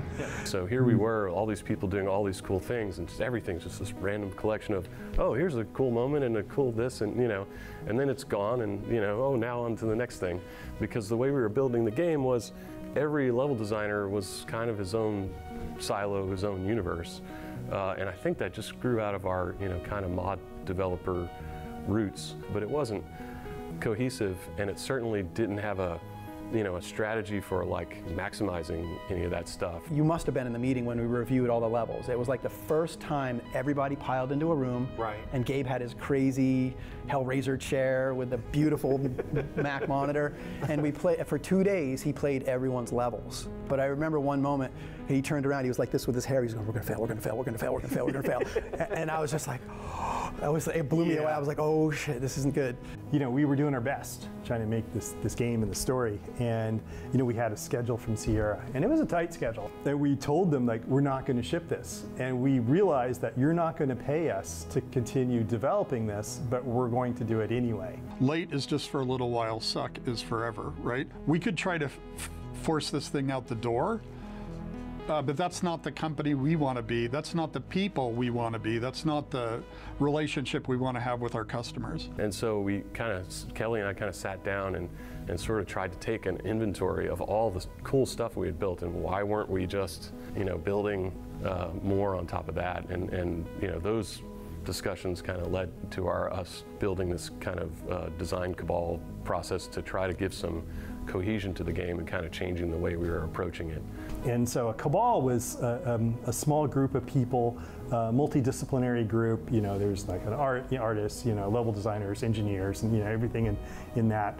And a small team that would write up a spec for a, you know, level. You know, there was the arc that, you know, Mark had written, so we knew how that fit into the story. And we got a small group of people together, and we started with the beginning, and we went through literally what map do we need to build to tell us the story we're going to have to tell, and then what does that connect to? Demek ki haritalar böyle tasarlanıyor. Önce bir şeyler çizmemiz lazım. Bu yüzden yapamadık. Kendi oyunumuzu, modumuzu yaparken bu anlatılanların hepsini dikkate almamız lazım. A certain percentage of the time where you were fighting, a certain percentage of the time where you're exploring, a certain percentage of the time where you're solving puzzles. And so we could apply that uniformly through the game, and that worked pretty well. Testing. Everything seems to be in order. Good morning and welcome to the Black Mesa Transit System. This automated train is provided for the security and convenience of the Black Mesa Research Facility personnel. The whole opening of the game was specifically a reaction to how all the other first-person shooters were, whether they had cutscenes or not. Like sometimes, like they would just open without a cutscene, but you know, you're standing in a room with a gun and there's a thing attacking you. So we could look at examples of all that, and I think there was expectation that that's what Half-Life had to do because every other game was doing it. I can tell you the number of people who started up the game, were staring at it, and then accidentally bumped their mouse and realized this is live. Yeah. And as simple as that sounds, it was mind-blowing for so many people because it was too much going on. This isn't real time, this is a recording, you know. That was sort of the way we, you know, stumbled through a lot of the new narrative tricks. It was like, well, what can we do that you could do this in a movie or a story, but nobody's doing this in first-person shooters. You're this anonymous scientist and you're riding on this train into work and rolled the credits at the beginning. It was kind of like a cinematic experience almost. Like I don't think games had really gone down that road. It's so funny to look at it now because it's so primitive, but at the time it felt like you were really in this Black Mesa world. Pre-disaster survived from the first year, so a lot of that geometry was from that first version of the game, but in a very minimal way, right? Just the basic style of some of the hallways, the curved corners in the hallways, things like that. They more became sort of like Lego pieces that John could use and stitch together and extrude. And I know Brett did a lot of the raw geometry from pre-disaster, and then John did most of the work to ship it, and then the post and the train ride was all John, I think. The Sector C, so those are heavily influenced by NASA control rooms. With my favorite green hammerite, really influenced a lot of like the starting. We started with the kind of the consoles. I'm trying to remember, and then there was just lots of hallways, and people were getting lost, and I did the color stripes to help people follow them places. One of the things that was actually super exciting was how quotidian a lot of it really was. You know, the lunchroom with the microwave, you press the button and it would go splat. my God, what are you doing? Yeah, all this work so you can start a microwave and blow up some soup, which was a reference to real life, because that happened regularly. Like, we regularly accidentally blew up. Laidlaw mostly, wasn't it? There were a few people who were just, you know, Bak, özellikle CRT monitörde oynuyorlar ha. Monitör de bir acayip ha. Böyle USB girişleri falan bir şeyler var. Herhalde kasa monitörün içinde. All of that stuff Garip. had a real kind of eloquence that in the late 90s, in a world where everything was so over the top, you know, but we still got to go on flights of fancy. Welcome to the HEV Mark IV. I think like a super pivotal moment for me was when we came in this one morning and we saw the test chamber sequence that Kelly and John Guthrie and Wedge was in that office, and Dario Driller, they were all in this corner dark office where so much cool stuff happened. But so Kelly and John stayed up all night and did the test chamber sequence, and it's pretty much like the one we shipped. I mean, that was a lot of what went on in that room that we called the submarine. It was just improvisation, you know, just what can we do to solve this problem? How do we connect what's happening before to what's happening after? This needs to be somehow important, but we just don't know what to do. John and I talked about it. I went home that night and I sort of sketched out, like, you know, maybe we could do something cinematic. We'll take the camera away, we'll turn the lights off, we'll do sounds, we'll just throw everything we can at it. You know, we built that basically that day. You know, it was just a sort of a one-day throw it together. That's how fast we were moving. They had audio, right? We had the script. Yeah, it's like the heartbeat and the breathing, all that stuff was in there. And I played through it and it was like, damn, I have not seen this in any medium, in anything before, experienced something like this, where this immersive experience of this actually happening like this. And at that point, it's like, okay, I see what it is we're doing. And it's this kind of immersive, unbroken experience that happens to you, the player. And then that was this key principle about how, you know, we never take you out of that role. Personally, the difference between before the disaster sequence and after the disaster sequence, I felt we really had, I had an understanding that this product was going to be special, or it was going to be possible, it was going to be tied together, whereas before that, there was a lot of really good stuff and a lot of little things all disconnected. But you guys managed to tie two very different parts of the game together really well, and I thought, oh, okay, now I feel like we're on a track for finishing this product. To me, it shifted my brain to have a lot of confidence that this product's coming together rather than just generating a lot of content that exists independently of other content. One of the ways we were funding our development was we sold a preview copy of Half-Life to a video card company, I forget which one. And so they had in their contract that we had to deliver it to them by a certain date. And we got like the first 3 levels done for them. It was really a good milestone for us, just, you know, from working as a company, because hey, there was a deliverable. We got it done. And, you know, we shipped it off to them. And then I swear the next day it leaked. And I was just livid at first, which was stupid. But I was just like, oh, I can't believe you guys let this get out. Like, you know, this wasn't us, you know. And then it turned into something amazing where people started playing it. And it was all over, and we started, you know, seeing it, you know, online what people are thinking about it. And I forget which magazine who said usually we don't review, you know, beta software, but they reviewed it and said this is awesome, and that gave us a tremendous amount of confidence. You know, it was an outside validation of what we were trying to do. You know, that it was the right thing.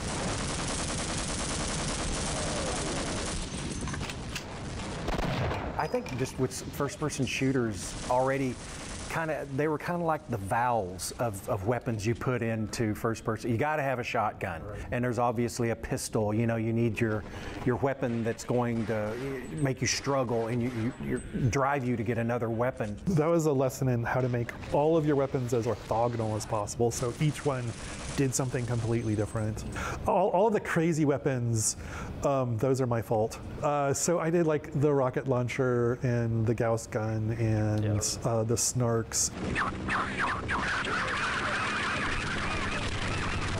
Oh, I like snarks. Snarks always made me laugh. It was just always funny to watch people run away from the snarks. The squeak grenade. Yeah, it's that called was the great. snark, but Yeah, yeah. I wanted something, a little creature that you could bring up and hold, and you could throw it out, and it would just start running. Because people were camping, and everybody hated campers Yeah. at that point. Yeah, so you wanted the anti-camp weapon. But it was kind of, you could literally find a little hidey hole and just sit out there and just throw out 30 of them. And they're all over the map. I had a cat. And you'd sit there, you do your finger blue. Yeah, you do your finger towards him, and he'd get mad at you and he'd swat. So that was the inspiration Aynı kedi gibi for ha. that Bir de şeye particular benzetiyorum ben animation. buna. And then the other, that big Böyle alien neydi o? creature with the Sultan papağanı. we needed some kind of alien weapon. Sultan Drew papağanı ile that one, kedi built arasında that bir one, şey. Animated that one, but that was also another one that would, whenever you could get in a corner and just shoot them in the air because the hornets would track.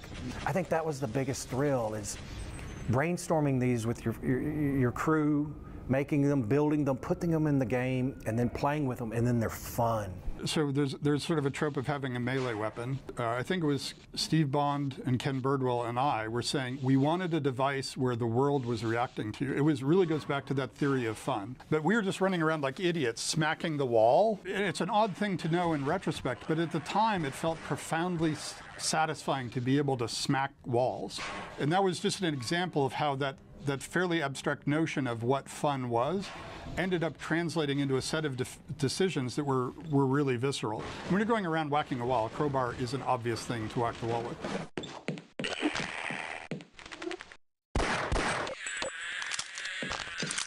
Tüm efektler tek bir kişi tarafından yapılmış.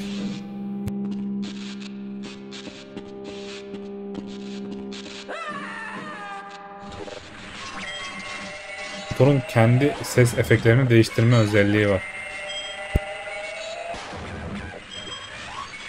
If the sound could let you know what's going to happen, that's really makes it powerful. So we're always on the lookout for that in level design, in monster design, communicating, because the AI is often hidden from the player. So we use the sound to broadcast the internal state of the AI.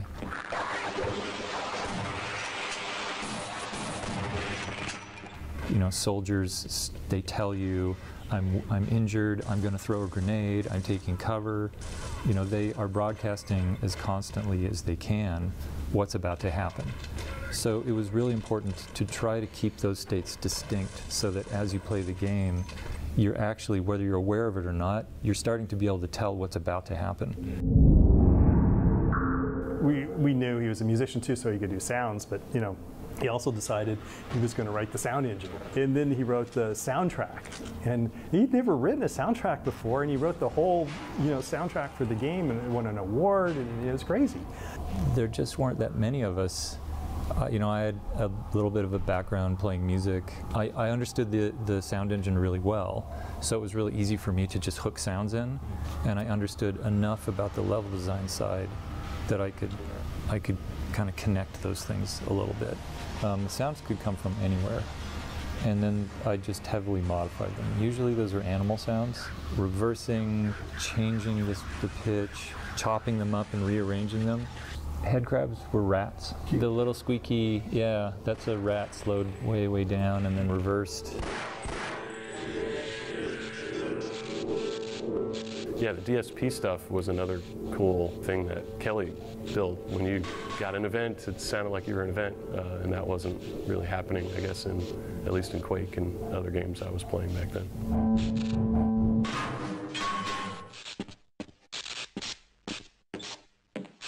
You know, we had these huge silos, these cavernous spaces.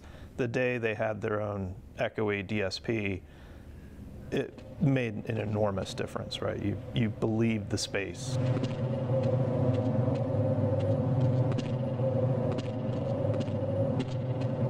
Kelly tells me, oh God, Chuck Jones asked him if the characters could speak and have their mouths move. And Kelly said, you know, that's super easy. You know, I could just look at the audio and see if they're talking and do that. But like getting their mouth to move is stupid, he says to me. And I look, Chuck Jones told me the same thing.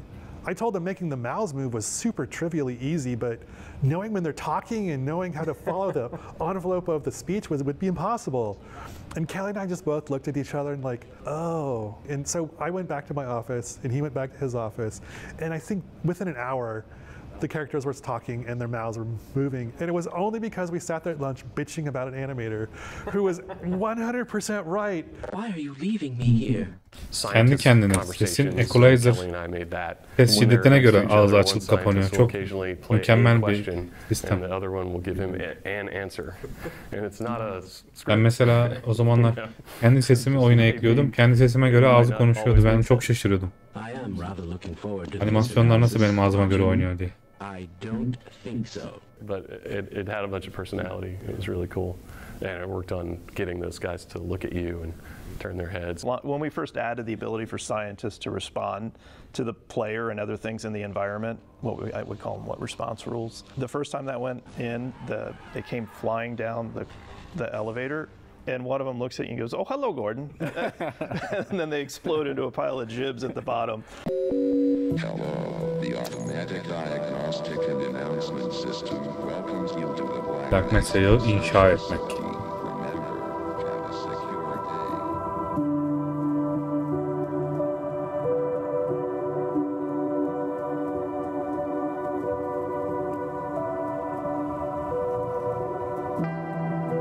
I hadn't really started working on the biggest part of the game, which I ended up shipping, which was surface tension, prior to then. A lot of the work that I had done was the alien research labs, which turned into questionable ethics, and all of that was ditched.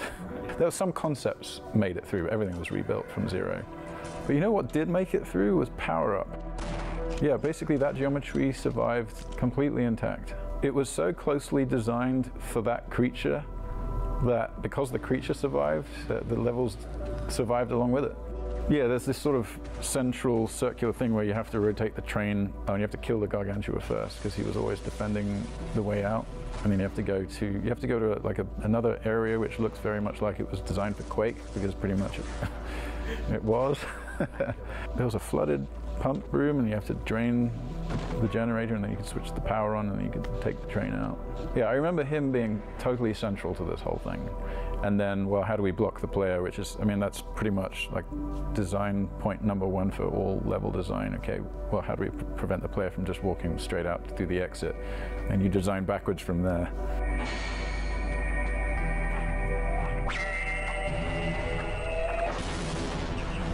In the first year, we built a lot of world space, a lot of track as we call it, and the programmers would try to fit the AI into the existing maps. What we did the second year was we built the AI in very constrained environments that showcase the AI. Let's make the ideal space for the AI and then give that to the level designers to incorporate those elements into their map so that it worked better and was more interesting, and that Gargantua was an example of that. And the grunts especially. Yeah, we had the AI that Steve had been working on, and he had designed all these interesting encounters with them just in his test map, and so he had them up high and down low, and so basically we just sort of re-leveraged that and say, okay, let's start with the player comes in low, and there's a Marine on the same level, and then the next one they're up high, and then they come running down, because it was really neat to see them retreat. They'd try to run back up the stairs and try to flank you from another side. So Steve Bond, like I mentioned earlier, was this really young guy who had been making mods in Quake C, really the designer for so much of the AI. I mean, all the stuff that's good about the soldiers, the grunts you fight in Half-Life. Yeah, we had a little bit of a language we could sort of use to say, you know, this is a place they can climb, this is a place they can jump to, this is a good place to hide. These are good places to go in general, or interesting places. So, you know, the AI had a little bit of help.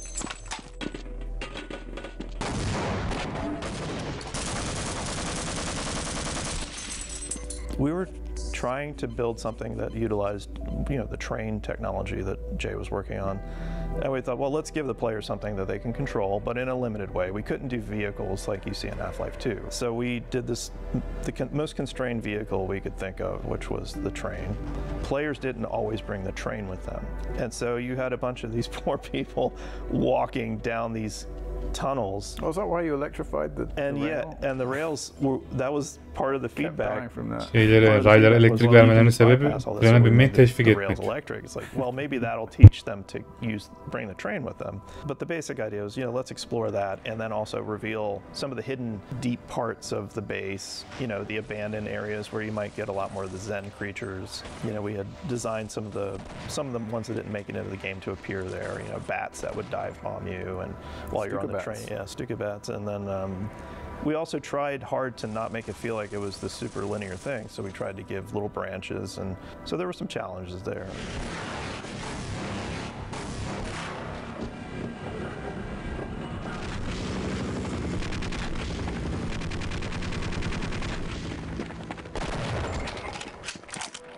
Well, there was a really good sketch that Kelly Bailey made, which basically charted surface tension, and it was pretty extensive. Like, it went through the cliffside, and it went through areas where tanks were, and like a lot of soldier holdouts. Yeah, it even went through the desert with the cactuses and the helicopters, and then across a dam. It was pretty extensive. When I saw that sketch, I was so motivated to just start building all of that stuff. So I ran ahead with a lot of level design, a lot of geometry, and it seems like a lot of it stuck in some way or another, which is really amazing. I did the dam, which was funny. I just did that in a day. Right. Like, it was like about 4 or 5 hours. I did a Hoover Dam thing because I like the Hoover Dam. I saw a concept of the cliffside. I think Harry Teasley built that render of the skybox. Yes. And I just thought, holy crap, this is perfect for Vertigo. Like, whatever we do here, we have to play on vertigo and like narrow little ledges and places you would like to normally dodge a grenade but you can't.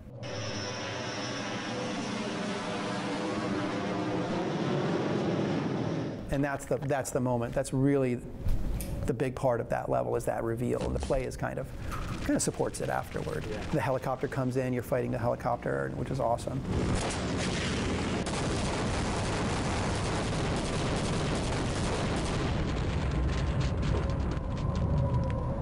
First of all, I had a bunch of textures, and then every time I made new ones, whoever was working on the new levels would be like, oh, fresh textures, I'm going to use those.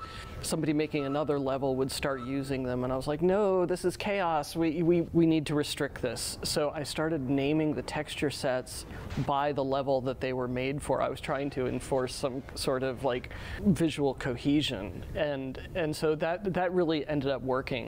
There was one level I did, it was the introduction of the sort of the bounce pads, the alien bounce pads in the real world. Because, story-wise, like, okay, you're getting closer to hitting the alien world, so I was, well, let's get a little bit of alien world infection into the real world. So I had done it just as a visual thing. John Guthrie made it 10 times better. And that's actually where he ilerledikçe Zen'e daha çok yaklaşıyoruz. Bu yüzden enfeksiyon başladı. In Gordon's locker. I hid her in like this destroyed office someplace, as a little Easter egg for myself. And John went and put my daughter's photo in Gordon's locker, which I think was a good decision.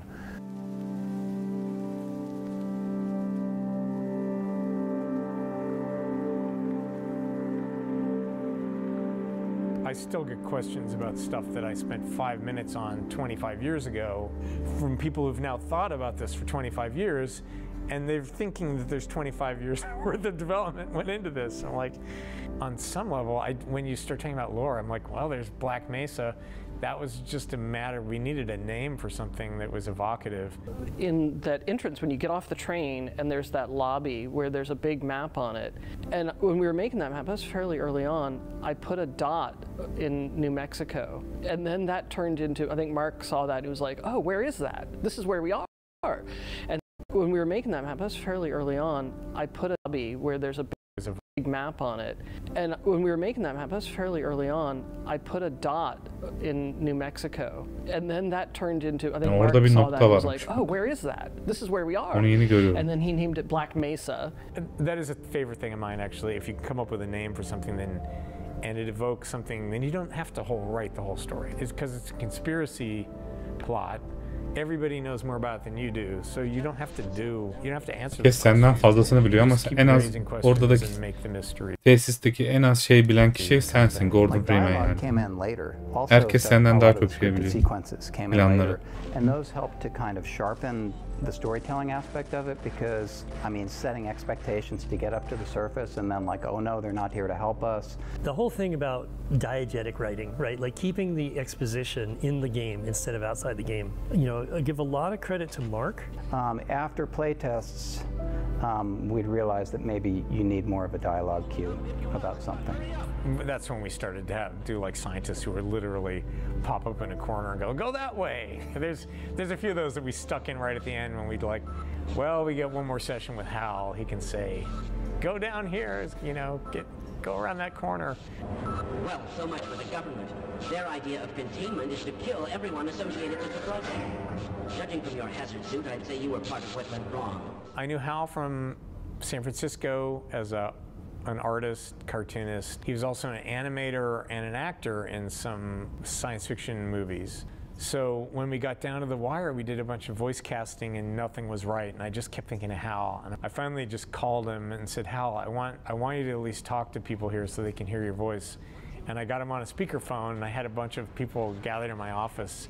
And I'm like, okay, Hal, everybody's here. And he's like, well, what would you like me to say? And everybody was like, this is him. This is the guy. O Hal denilen adamın sesi çok güzel. These ridiculous ties.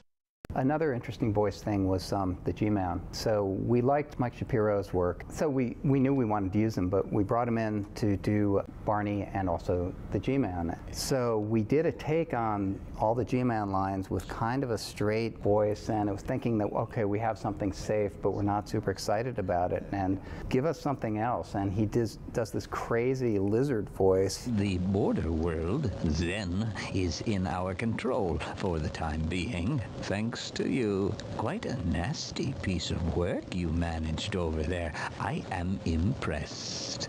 And we took it back, and everybody just loved the crazy lizard voice, and so that's how it worked out. Did you do the Nihilanth? I did. Okay. Ladies and gentlemen, the Nihilanth. Just imagine his head floating in space as a baby.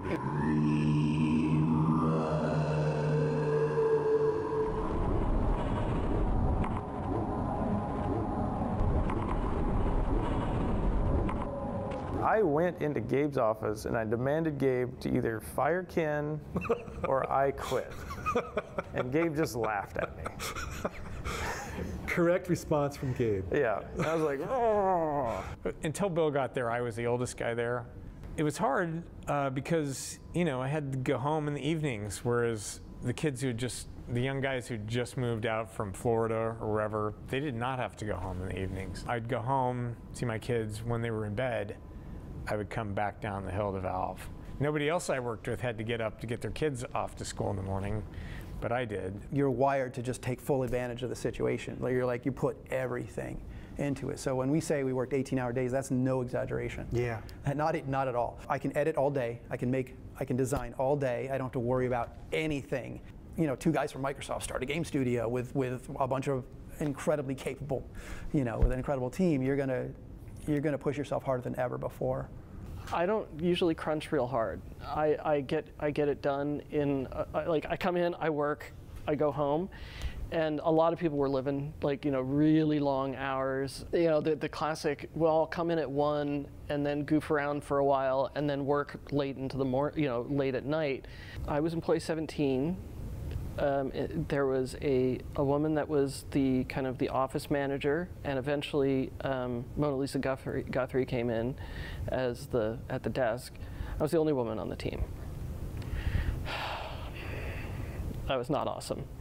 I decided to become a baseball fan here after the birth of my first daughter, so she's the one in Gordon's locker, Isabel, but she's very special needs. She's 25 today. You know, cognitively, she's about 3 years old. So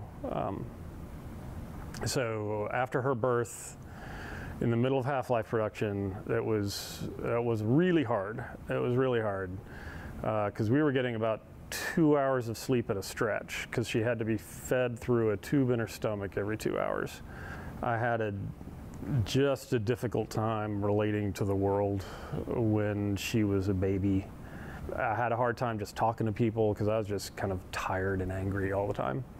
Yeah, my wife, she worked at Valve for a while. She did a bunch of textures for the game. Like I said, she did those soda machines. She did just a bunch of level textures. She textured Big Mama, the sort of boss creature. She textured him. But when Isabel arrived, she obviously had a lot of issues. So yeah, it's had to stop working and stay with her at home. And it was the last year of Half-Life, and we pretty much crunched that whole year. So I was at work a lot. It was hard. It was definitely a hard year.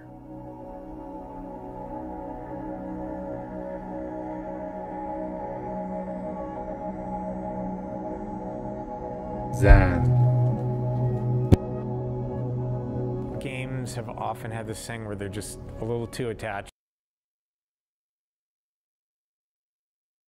Site açıktı zaten. Ha.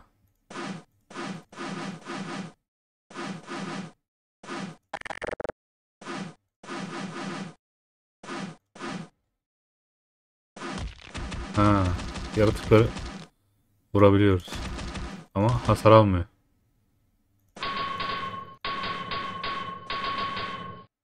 İyiymiş. Oh no! Oh my goodness! Hello, I'm slowing you down. I'm sorry, I'm leaving now. Smells quite foul here. Ha, zombi hasar alıyorum. Aha.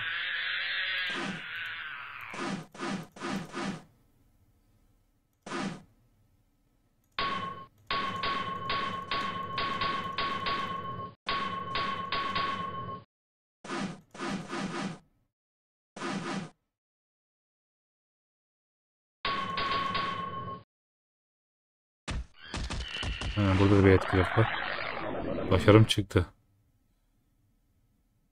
Sayfayı headcrablerden ve zombilerden kurtar diyor. Ama şu ölmüyor. Bu çok mu vurmak gerekiyor? Bu kolay ölmüyordu zaten.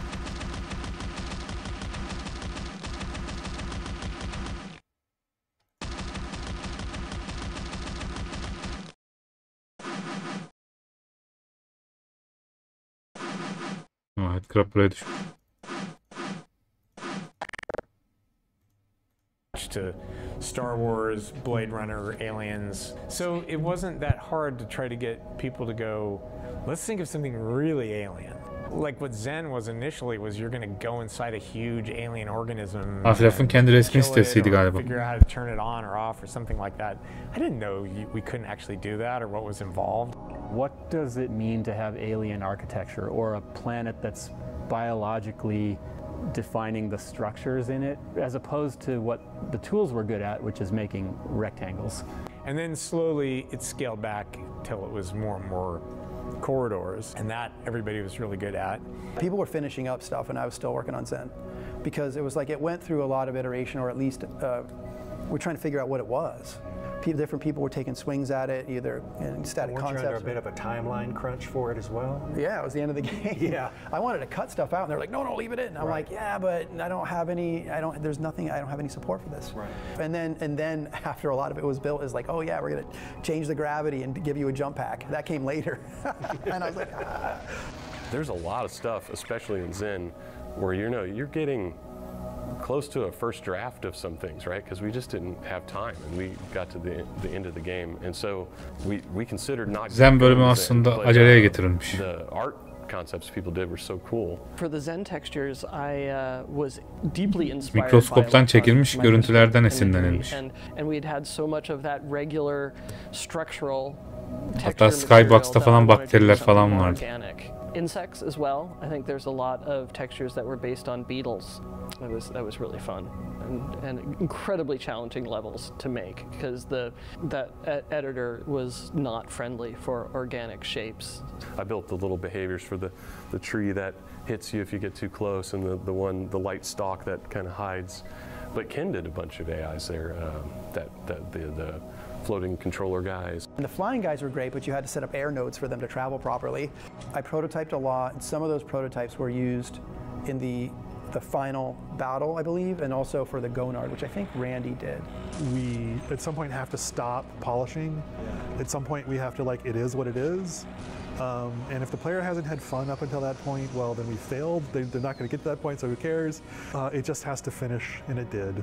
Yeah, and there's always Half-Life 2 to win them back. I love that sensation of being alone in an alien dimension, but the experience that people really liked in the game was scientists pop up and Barney pops up and you have companions and you have this feeling of companionship around you with all the other stuff that's going on. So a lot of people missed that, which I understood, and I think if we'd had thought about the ending from the beginning, we would have figured out some ways to do that a little more.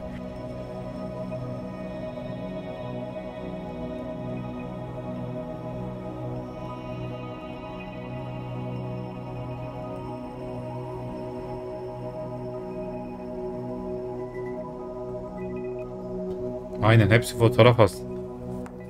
Böceklerden ve mikroskop görüntüleri. Organik maddelerden esinlenilme yani. O duvardaki şeyler falan organik. And then I was hurting so much I slept the night where I fell. Yeah, I woke up the next morning. I had never heard that really story. Stiff neck. Oh my God! It's a good thing you were pretty young. I remember after we'd gone final on the game, I was home one morning, you know, taking a shower, and my wife asked me, you know, like, it's done. Is it any good? Is the game any fun? Like, I don't know. Like, I hope so. You know? I don't think it's exaggerating by saying if any one of the crew had disappeared for a month, we wouldn't have shipped. You know, it didn't matter who they were. You know, everybody was mission critical. My inspiration from Valve, what I really took away with me was that the thing that is most important to me is what are we making? Coming in as a texture artist, you don't have a lot of expectation that you're going to get to influence that. And I was able to have quite a bit of influence on the what. It was so fun to work with the people who were making Half-Life. The collection of people were diverse, at least like in their professional backgrounds, was kind of all over the place. And so figuring out how to work with all those people, but also just the fact that we had hired really stellar people who were good at collaborating, like they're conscientious people, deeply passionate about what they wanted to create. That just was a recipe for a professionally, like, really good time. It seems to me that one of the things that good games do is make 2 games worth of stuff and then throw away the bad game. And fortunately, like, Valve was able to do that. A lot of companies couldn't do that, but backstopped by Gabe and Mike, you know, Valve could afford to do that. I always have absolutely nothing interesting to say when people say, would you reflect on your legacy? Like, I really don't look back a whole lot. I'm always excited by the future, right? So to me, it's like I can look back at the things we did, but to me, they're just sort of like the stepping stones to what we're going to be able to do in the future.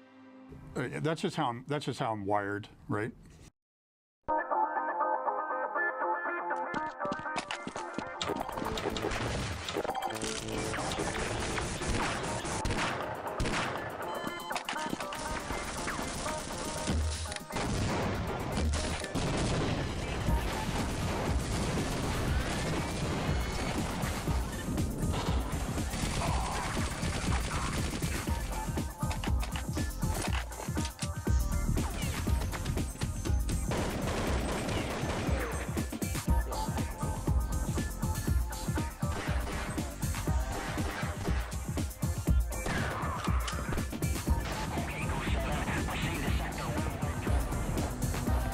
Opposing Force ile Blue Shift'i ilk kez Valve'in kendi YouTube kanalında görebiliyoruz.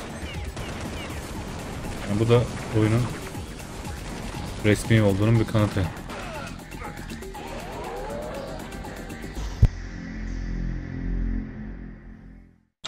Valve belgesel yapmasın. Belgeseli biz yaparız. Valve oyun yapsın.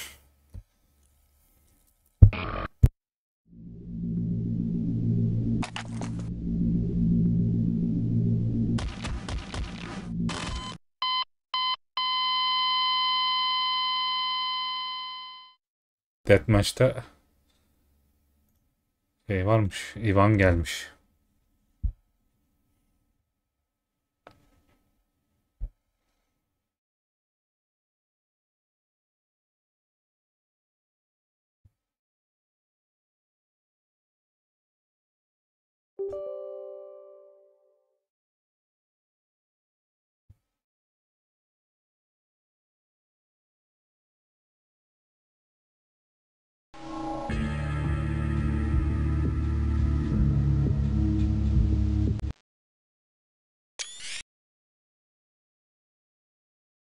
Ben server kursam millet girebilir mi ki?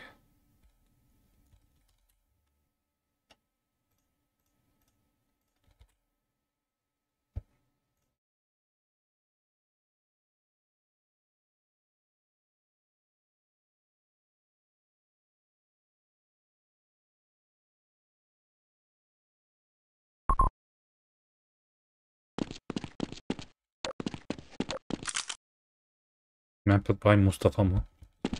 Ben başka bir şey indirmişim herhalde buna. Karışmış. Grafikler.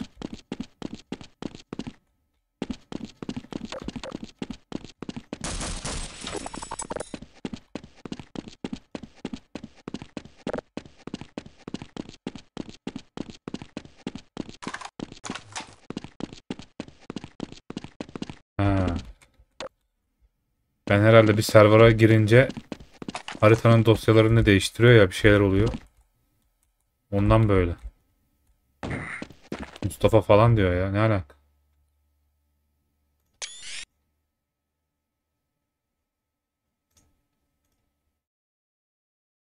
Kim lan bu Mustafa?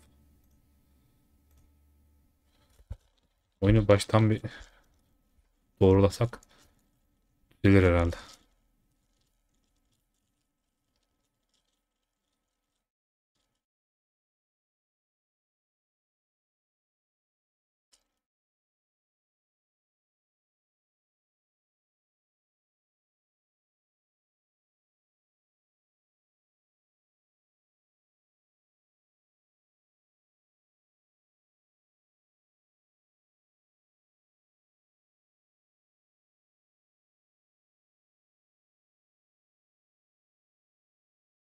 He, Crossfire değil ya. Diğer haritalara da bakmamız lazım.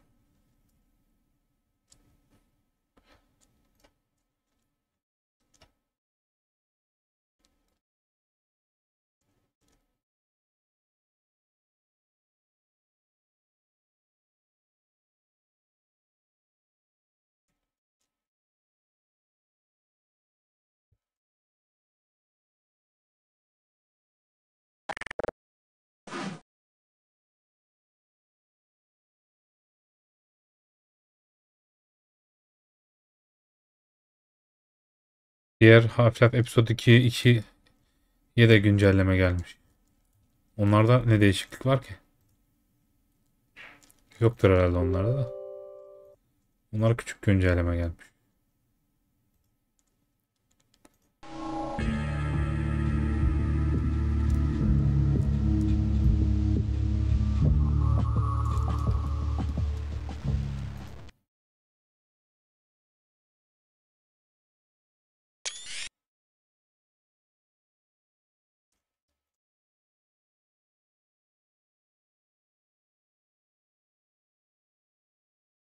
Heh, bak düzeldi şimdi.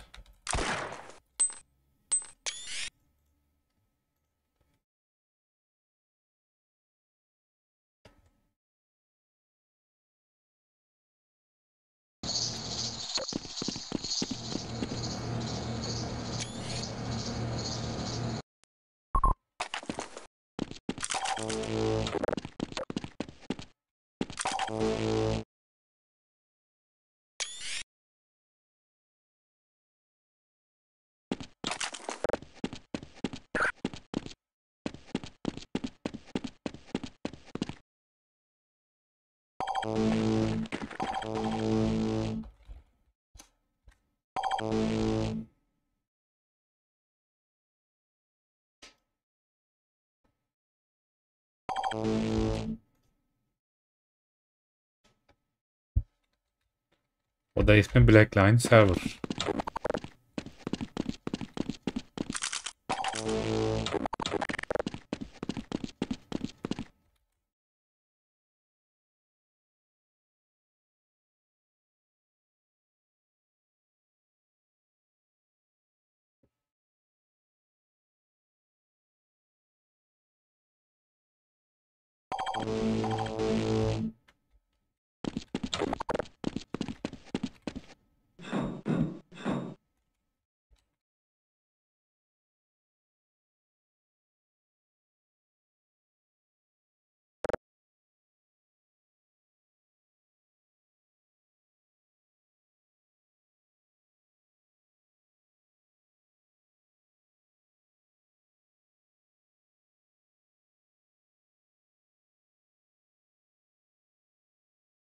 Oyuna girip şuna connect yazıp girilebiliyor mu acaba?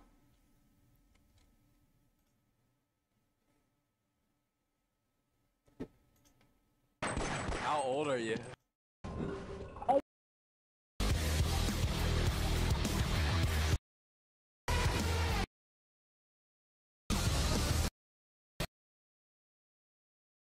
Ha, birisi girmiş.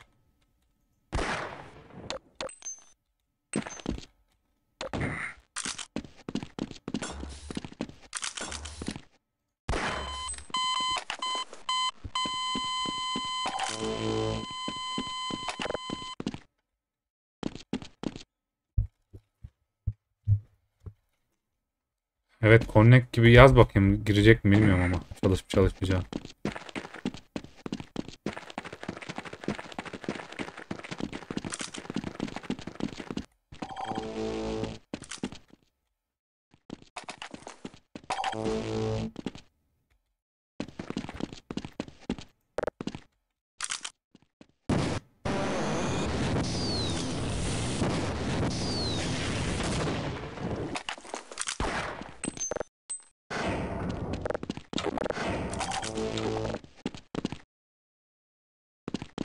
Oyuna bir şeyler oldu, takıldı falan.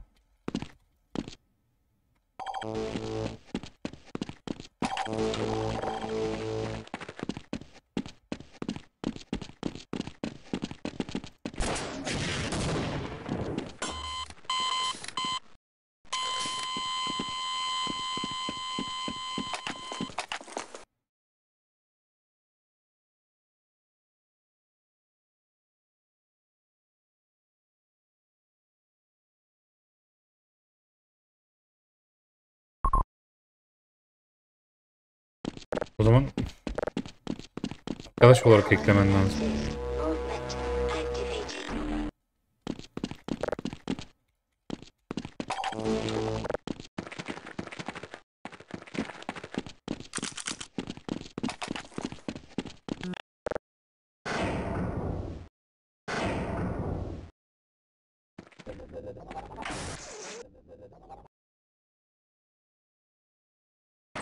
How old are you? You're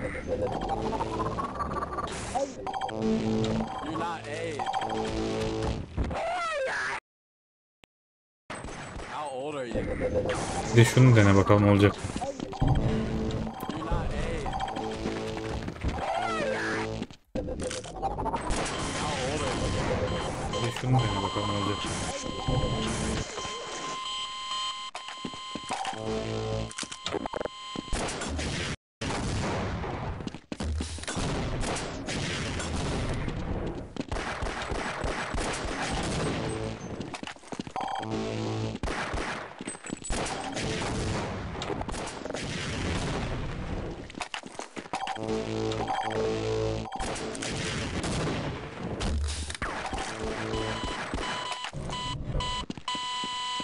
O zaman bu oluyor mu?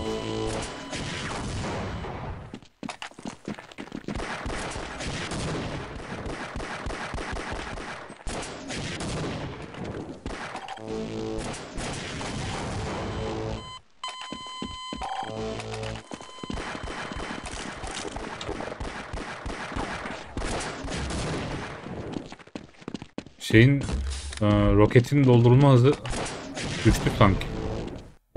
Geç dolduruyor ya.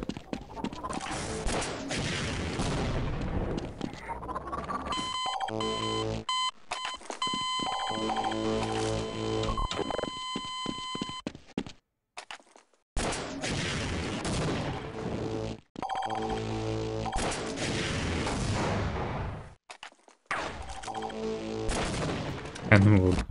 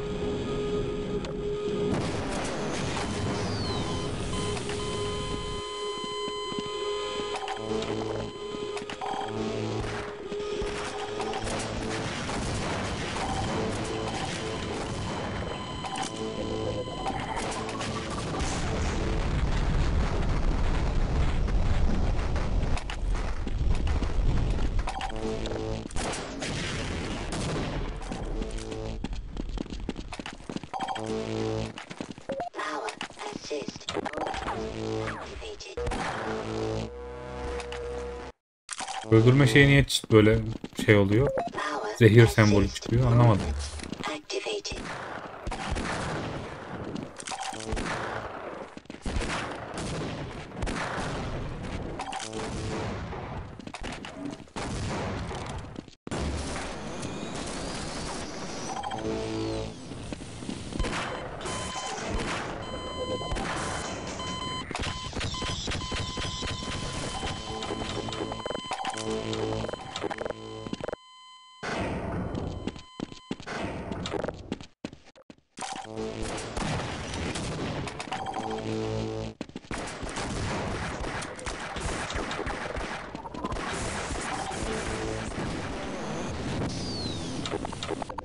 IP adresini sabitledim.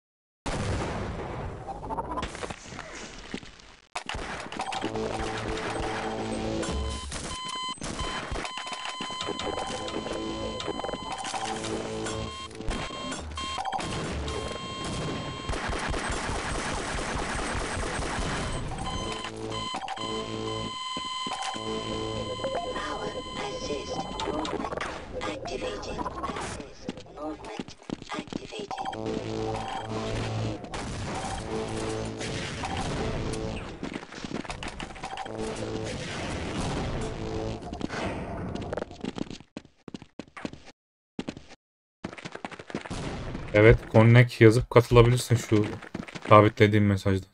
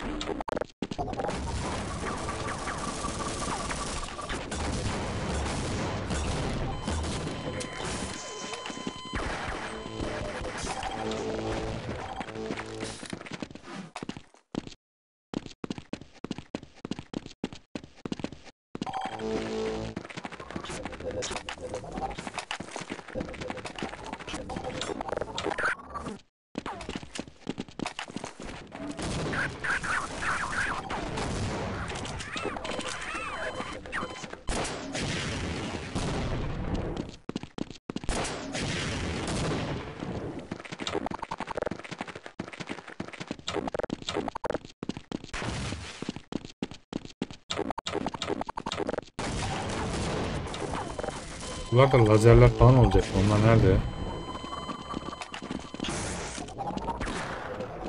Lazerleri kaldırdılar mı acaba?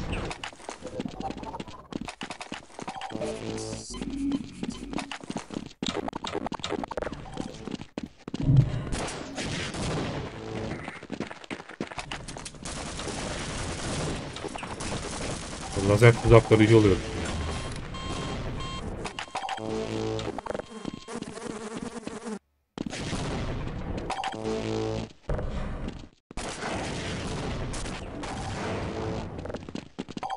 Ne oldu? Orada sıkıştım kaldım. Biri beni gelsin öldürsün.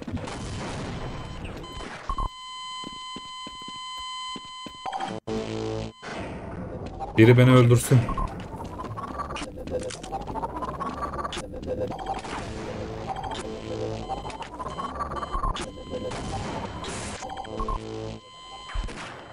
Sıkıştım burada. Hah. Tamam. Neyse. Güzel.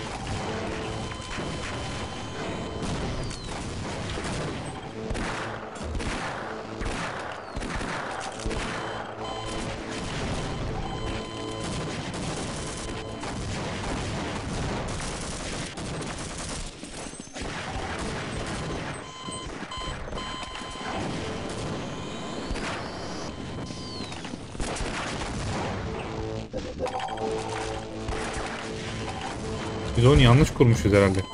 Kendi takımımızdan olanları mı öldürünce eksi puan mı yazılıyor anlamadım. Takım olarak açmışım yanlış.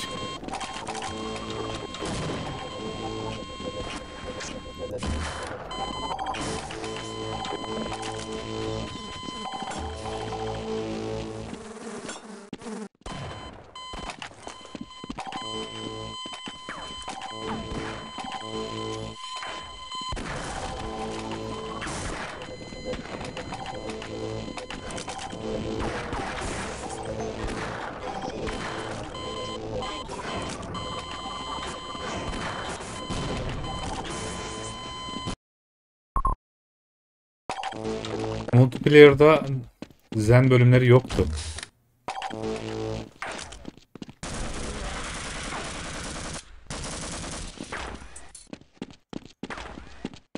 O zaman team play olarak değil de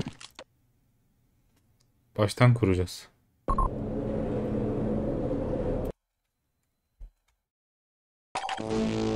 Takımsız oyun açmamız lazım.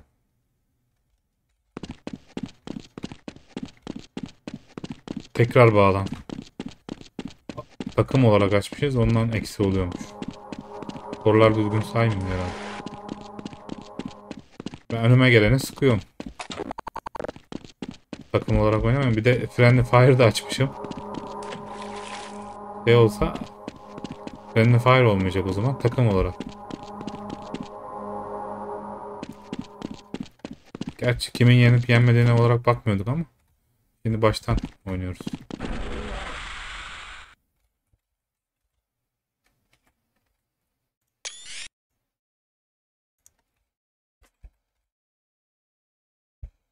Acaba IP adresi mi değişti? Evet, değişmiş.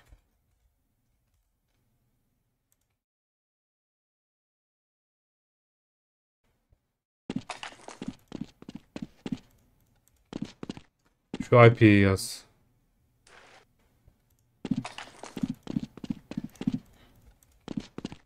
Şu IP'yi yaz.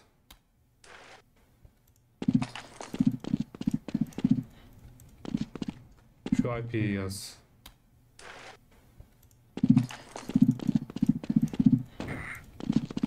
Ya yazıyı sabitleyeceğim.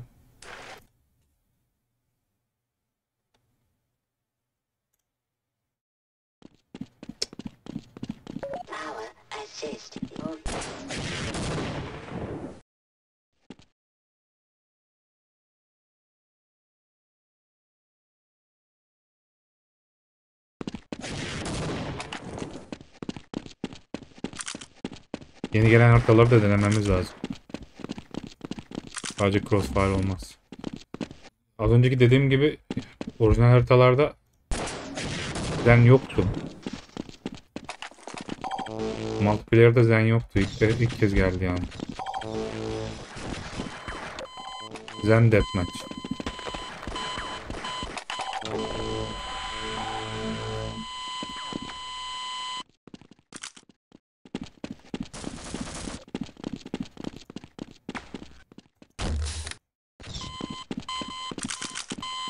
Demek ki o yüzden iskelet resmi çıkıyor. Kendi adamını öldürünce.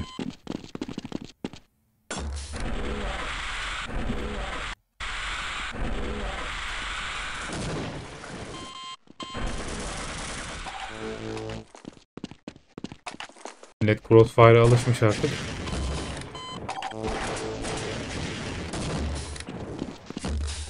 O nasıl düşüyor öyle?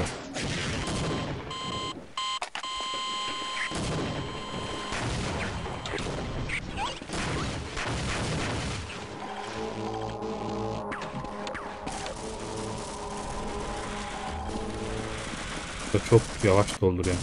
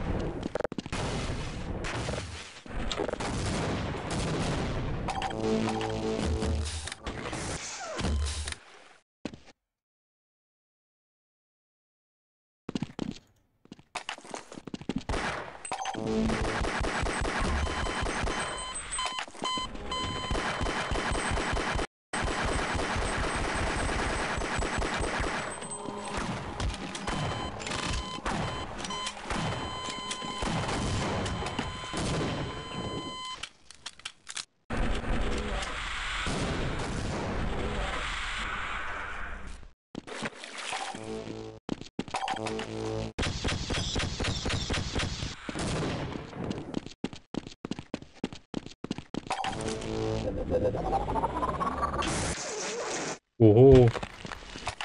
Silahın geri tepmesi beni aşağı attı.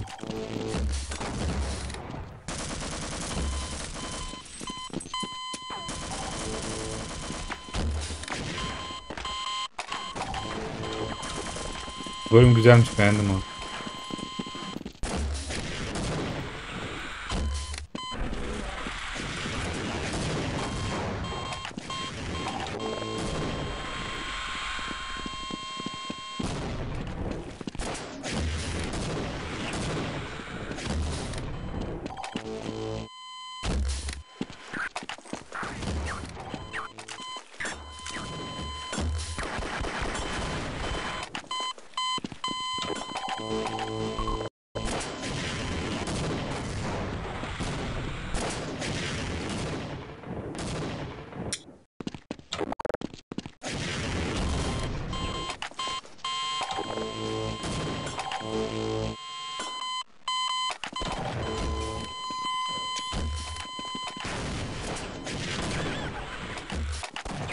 Geçi suite sesini kısmak lazım. Çok ötüyor.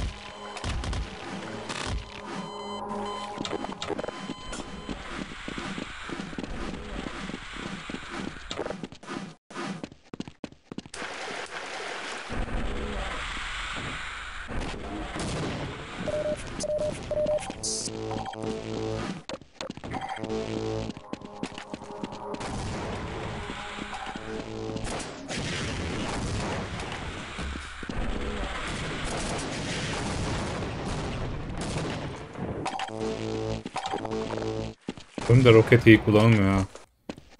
Roket yavaş gidiyor çünkü.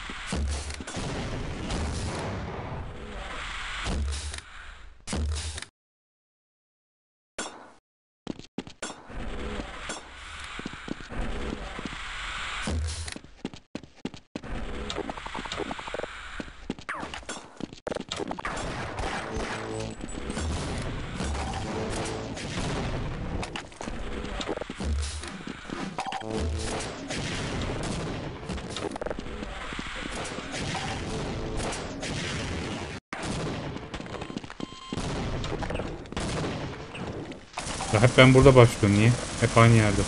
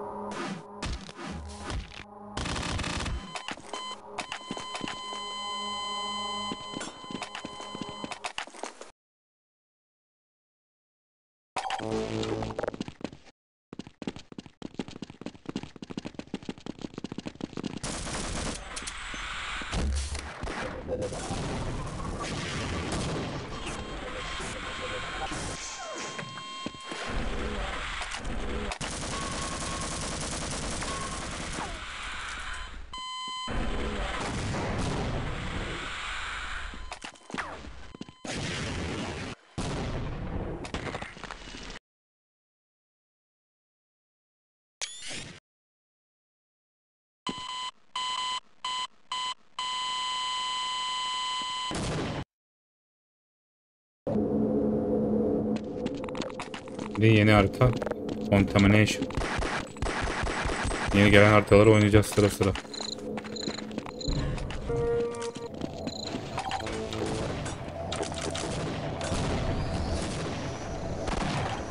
Parlak biraz düşük galiba ya.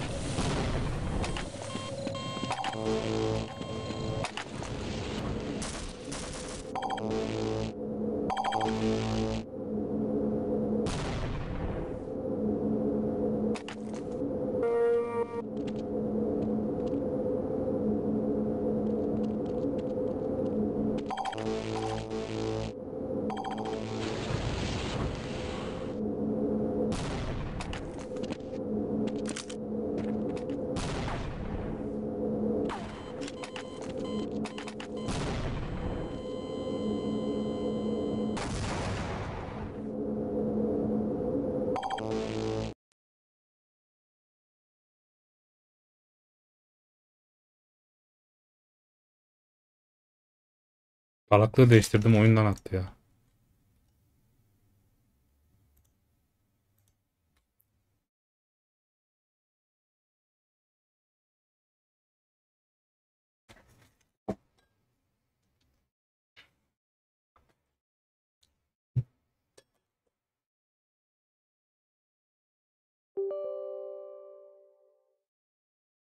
Beni oyundan attı, oyundan.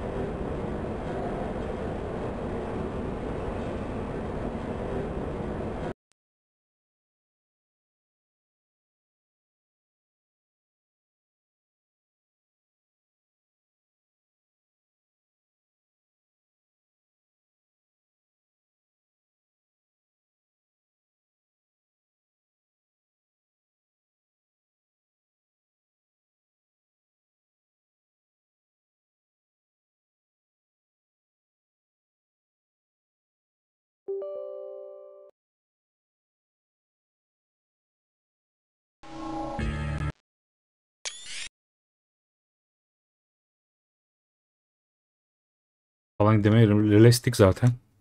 Realistik yapma. Niye yapmayayım? Gerçekçi olması daha iyidir her zaman. Neyse. Bu sefer de normal yapalım.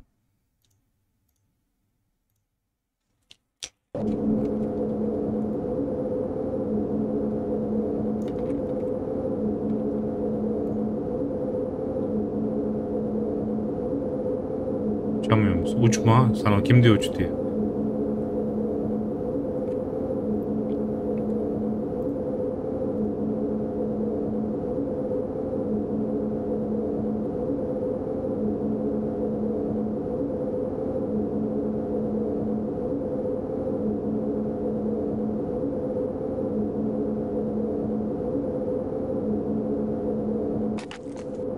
Son IP'ye girin de.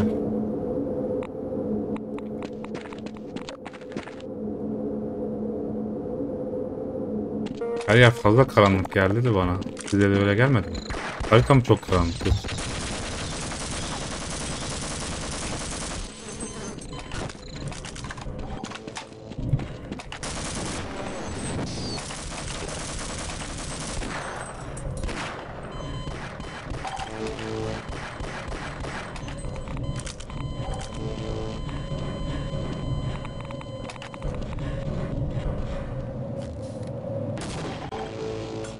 Oyunda sesli konuşma vardı değil mi?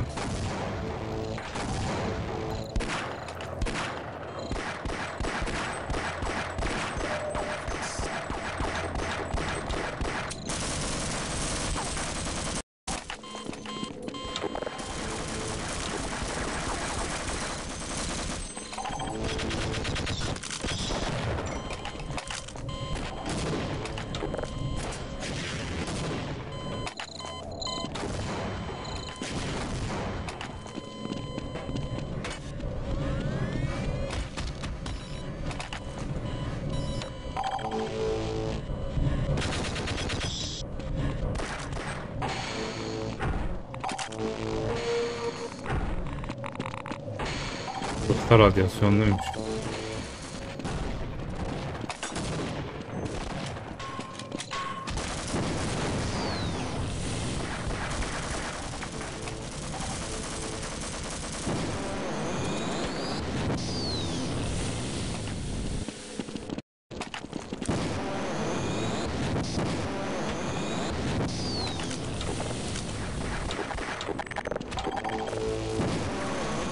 Ne lan?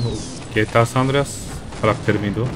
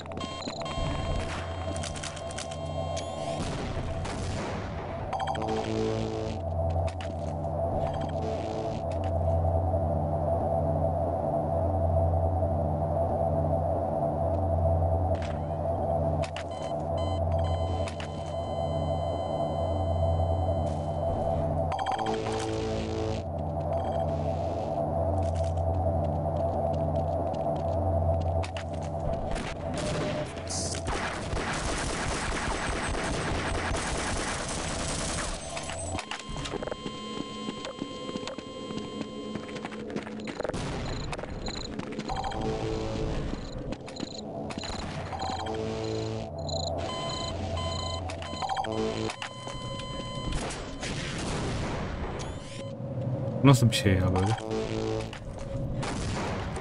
DJ varmış.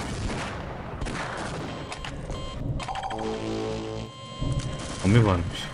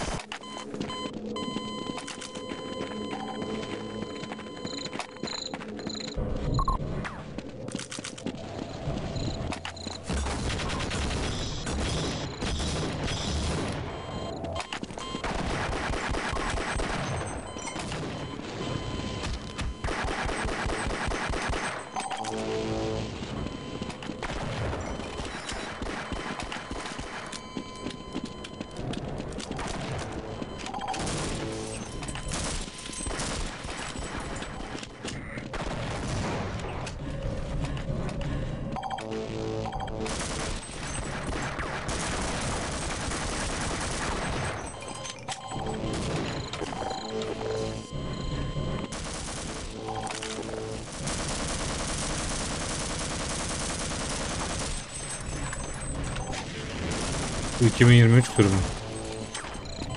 Yeni güncellenen sürüm.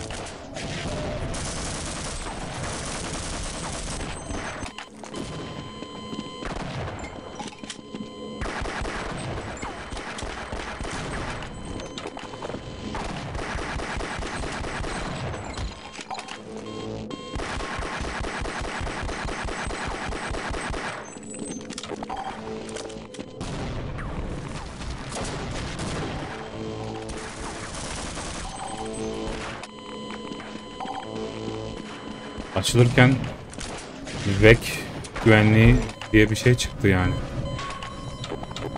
Yani anti hile sistemi vardır oyunda herhalde.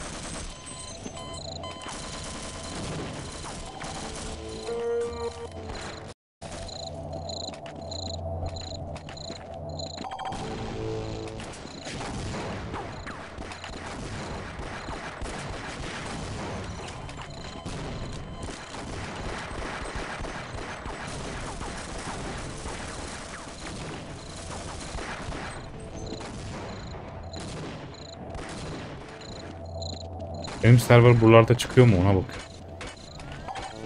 Buralarda çıkmıyor değil mi? Çıkıyor herhalde. Aa, çıkıyor mu? O zaman oyunu oynamayan kişiler de, yani yayını izlemeyen kişiler de bu server'ı görüyor. O yüzden abuk subuk tipler gelmeye başladı.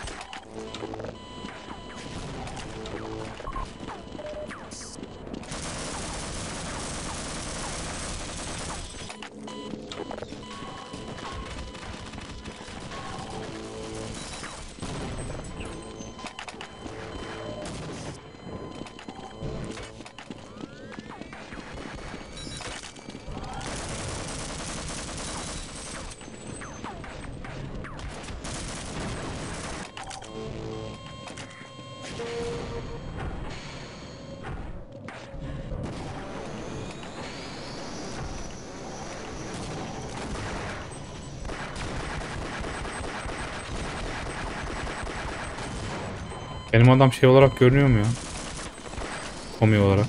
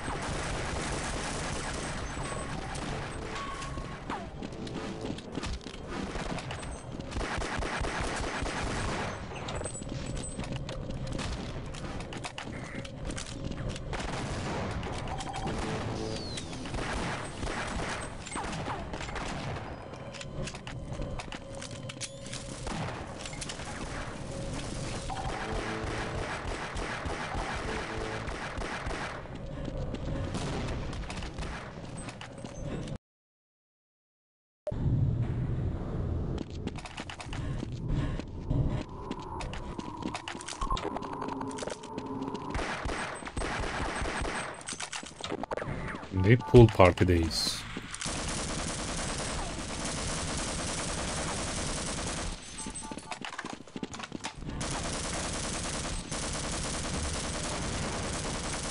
Burası da zen.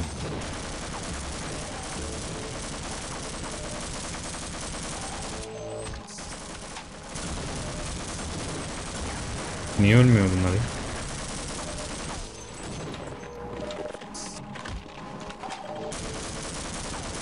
Ha, doğru ya. Tam pahalı suyun içinde ölmüyoruz ki.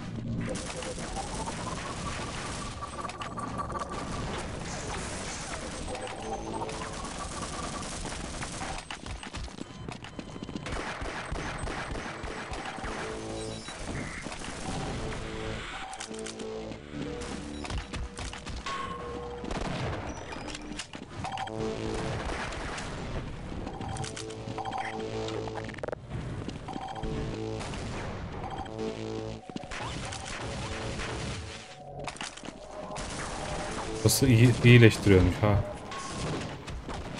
O yüzden bölümün adı Havuz Partisi.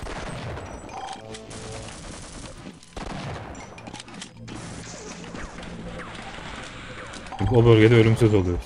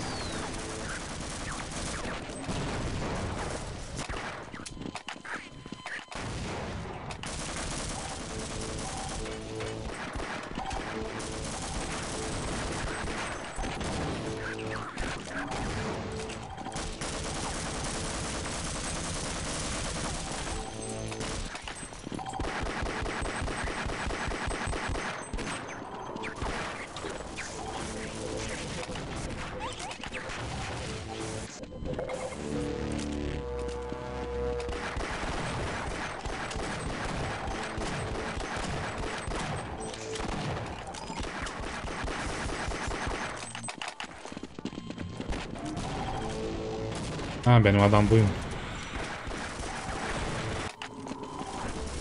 Tommy Versetti.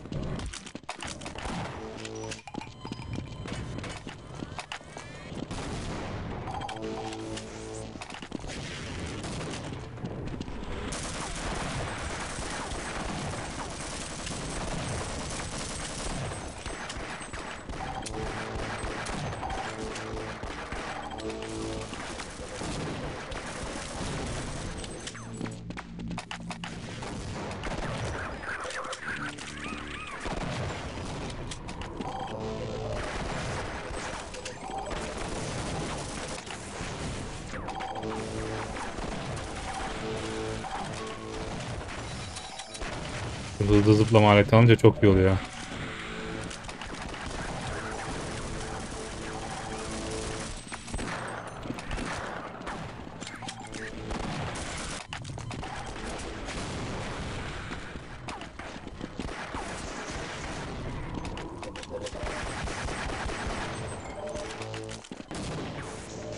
Bu da ölümsüz oluyor sandım ama demek ki olmuyor.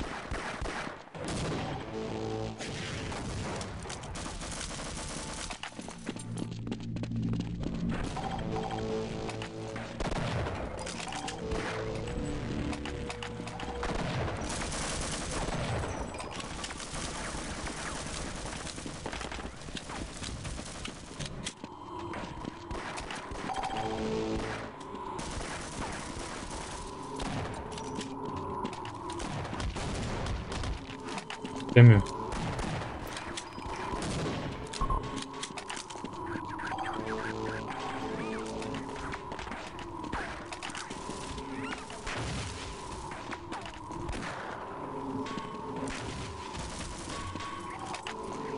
Oldu herhalde.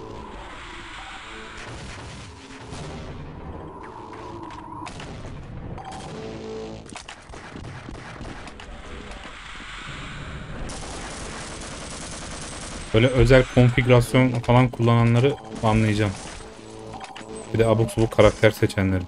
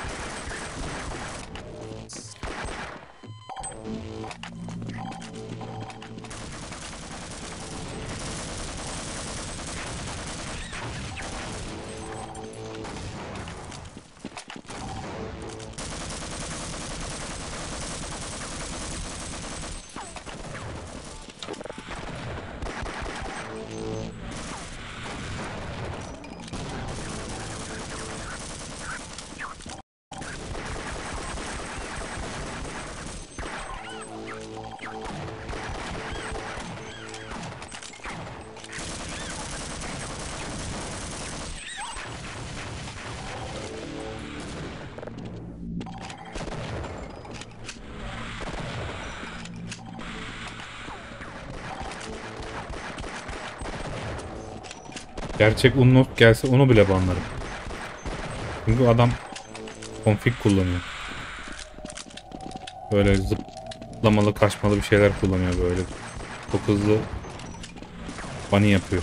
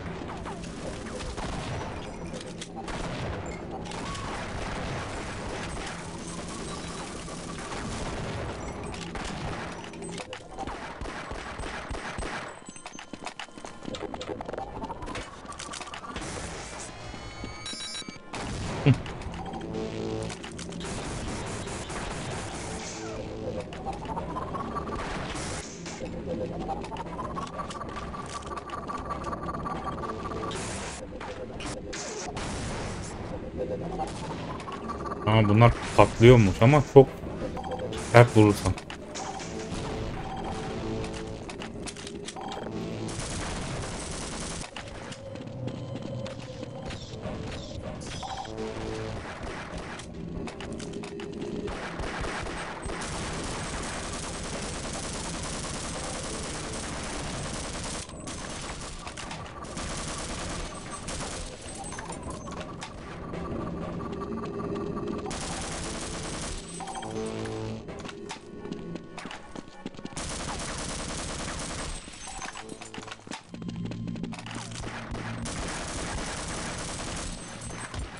Ne ya, Arap var, Suriyeliler bile gelmeye başladı.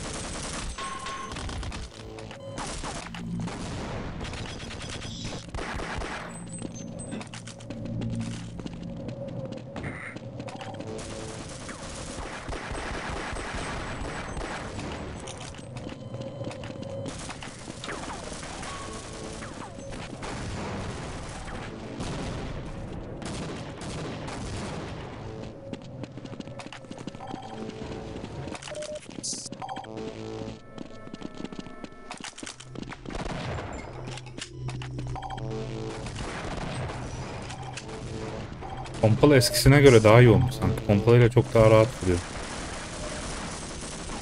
Mantıklı yere iyileştirme yapmışlar.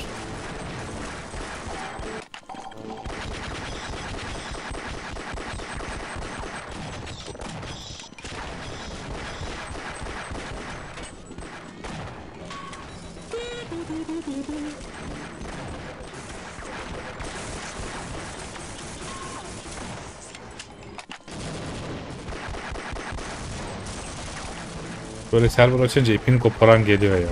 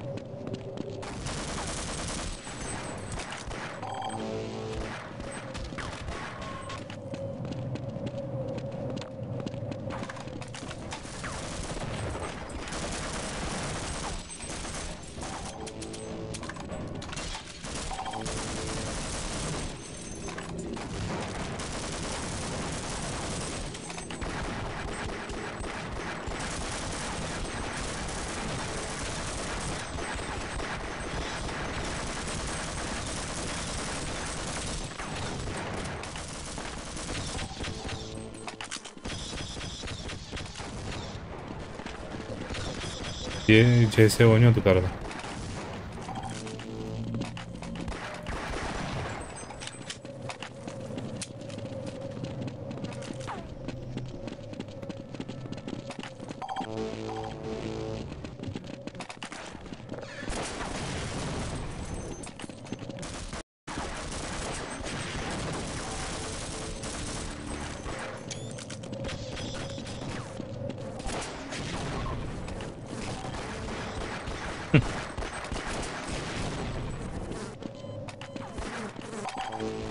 Bir dahaki sefere zaten server'a şifre koyacağım.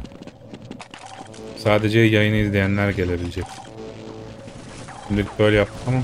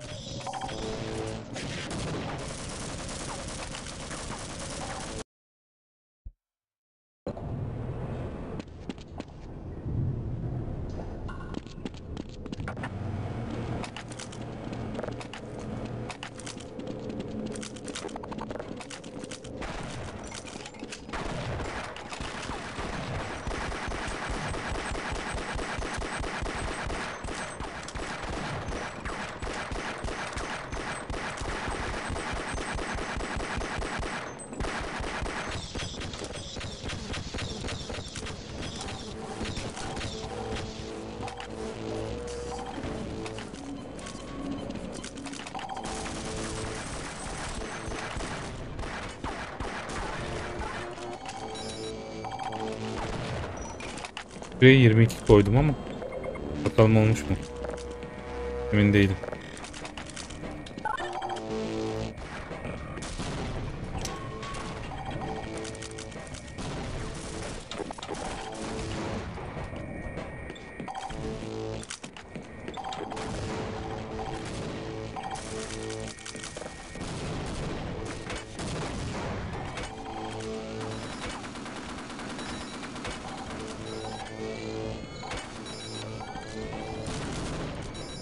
Hiç silah bulamadım.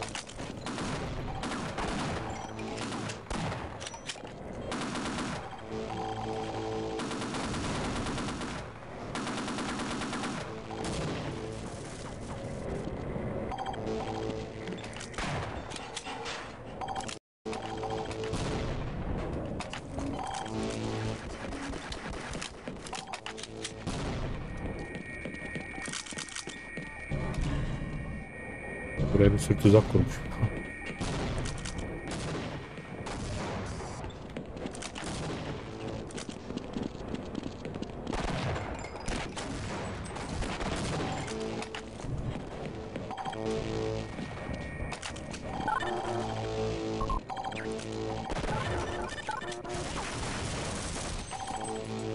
Roket mi fırlatacağız burada ya?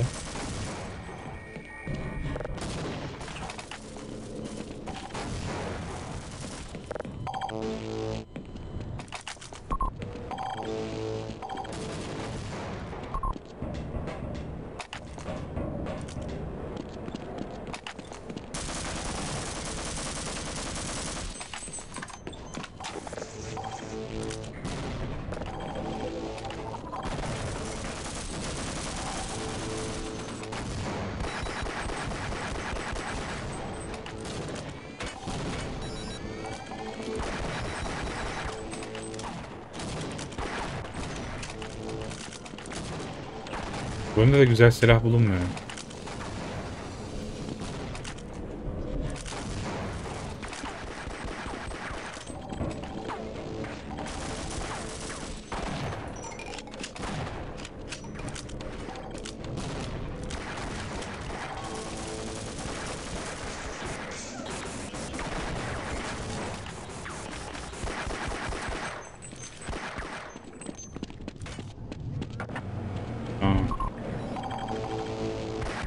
Sanki haritada böyle görevler varmış gibi. Orada güçleri falan açıyoruz. Roketi kaldıracağız herhalde.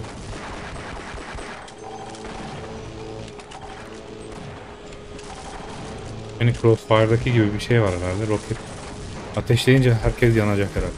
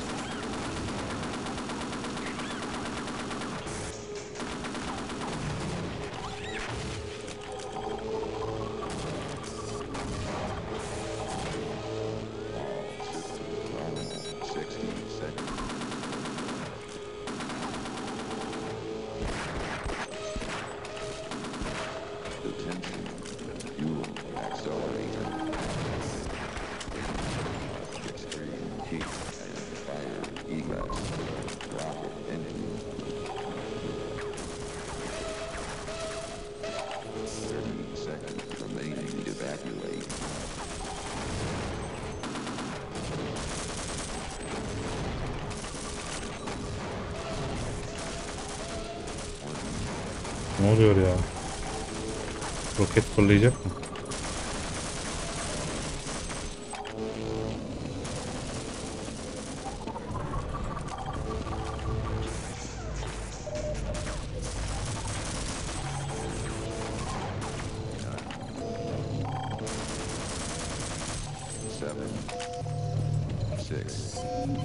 O roket fırlayacak.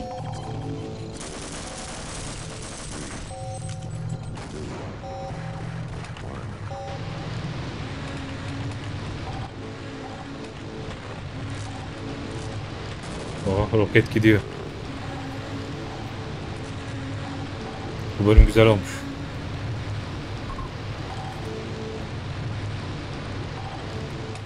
Ama şeylerini beğenmedim. Koridorlarını beğenmedim de. Öyle değişik. Atmosferi güzel olmuş. Tam Black Mesa ortamı.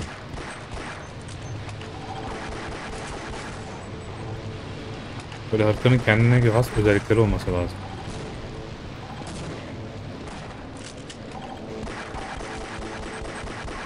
Kendi Half-Life multiplayer oyunumuzu yapabiliriz böyle ama çok uğraşmak lazım. Önce bir mod yapımında ustalaşalım. Dolaşalım. Single player'in yanında bir de multiplayer yaparız.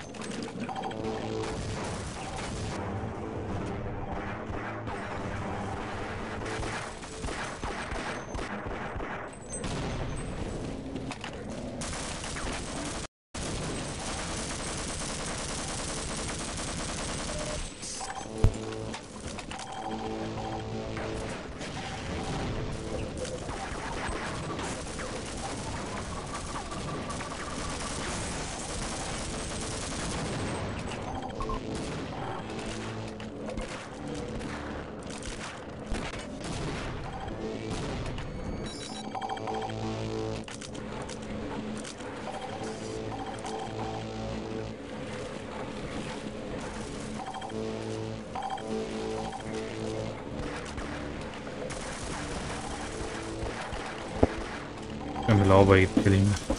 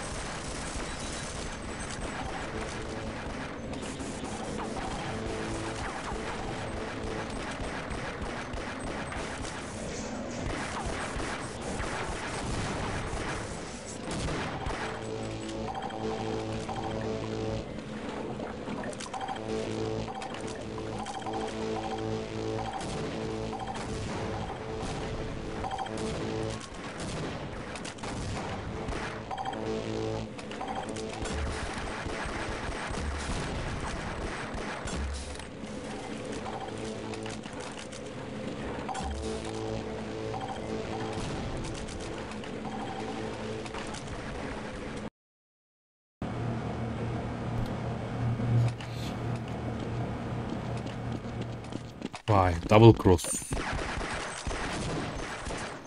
Burası Crossfire'ın daha gelişmiş versiyonu herhalde.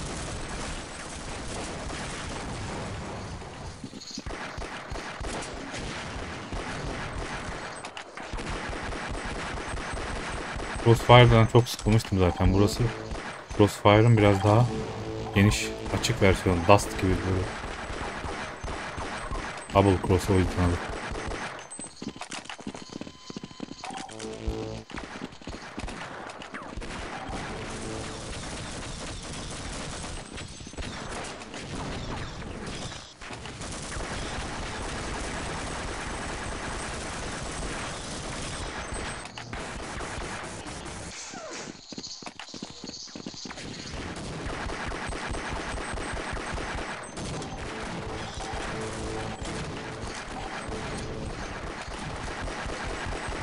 Herkes de iskelet seçiyor ya.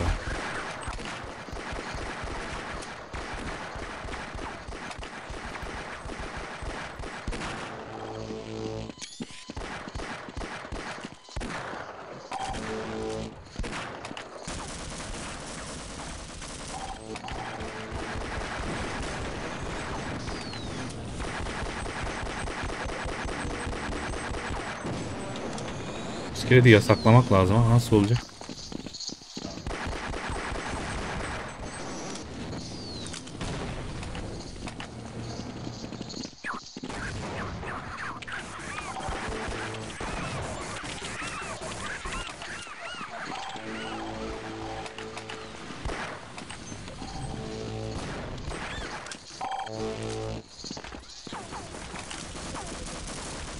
Herhalde şurada seçiliyor. Validtiniz.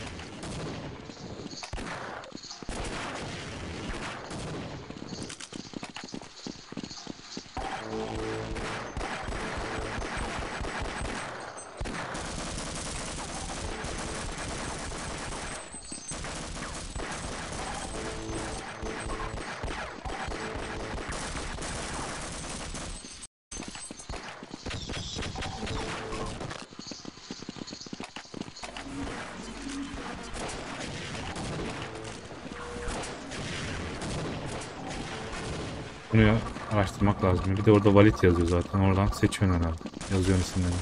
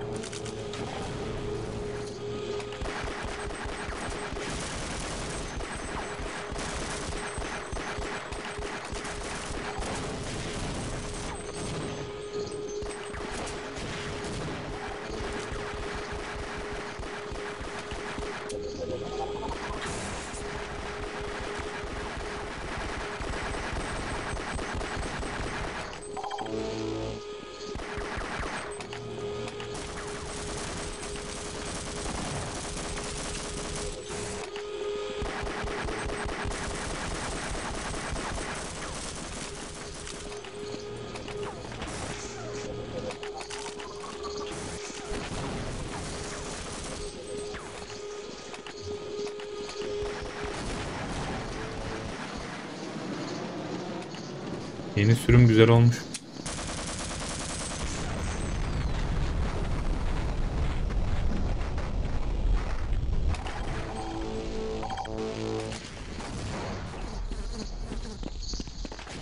Mesela bu arka da iyi. Crossfire'ın daha geniş versiyonuydu.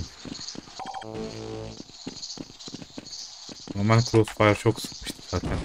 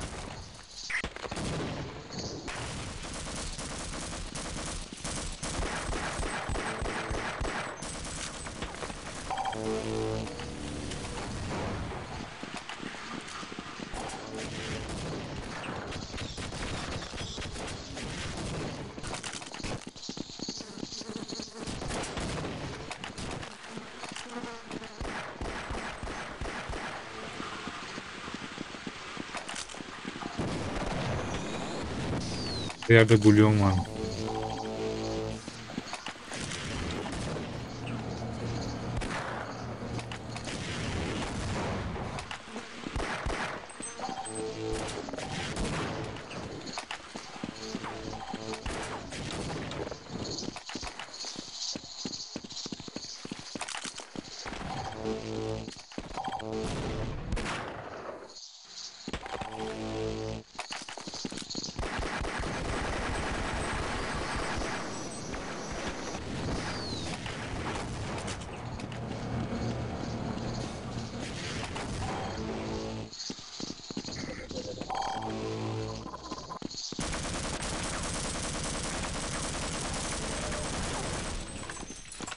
Yeniliklerden biri de bu haritalar işte.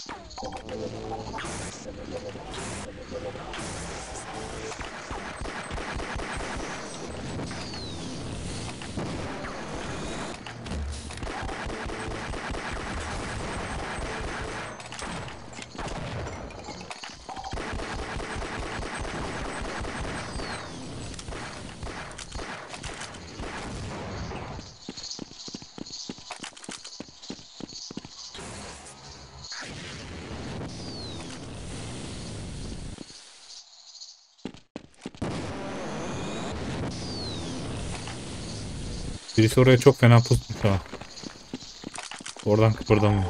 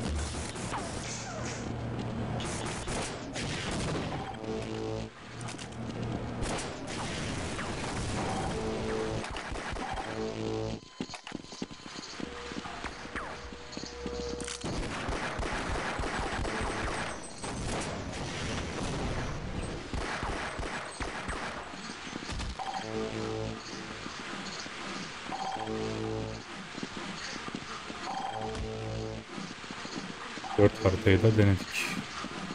Ben denemeyi ilk kez denemiştik zaten.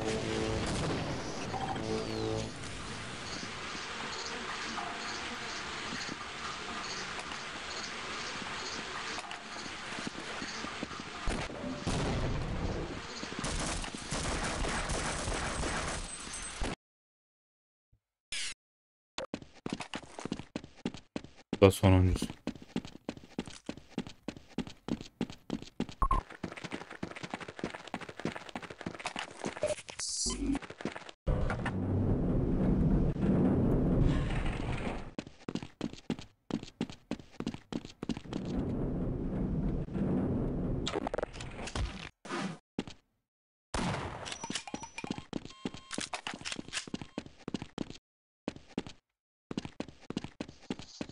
Bunlar herhalde eski sürümün haritaları.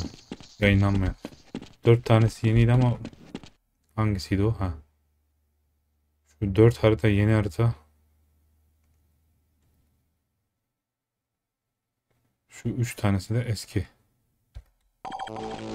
Ama yayınlanmamış. 7 tane falan harita var o zaman.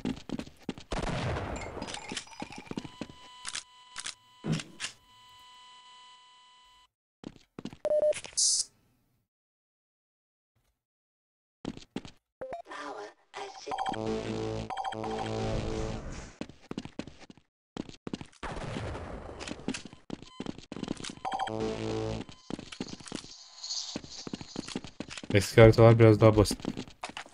Çok fazla küp gibi.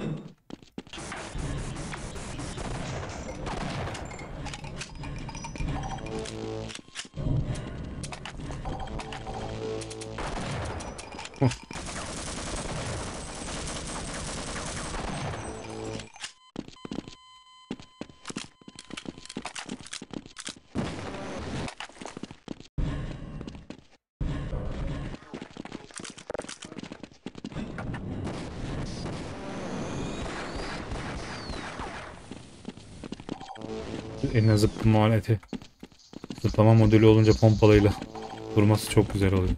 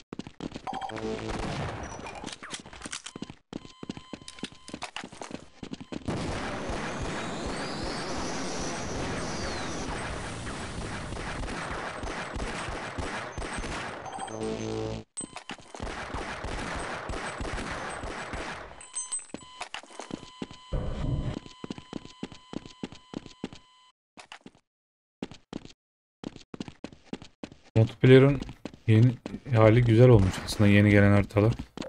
Resmi haritaların gelmesi çok güzel olmuş.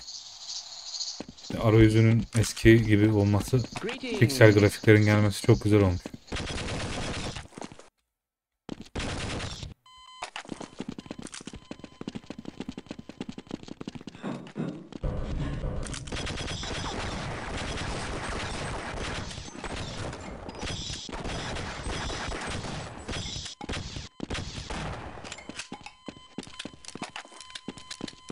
Tamam, güzel ama biraz fazla ilkel gibi geldi bana.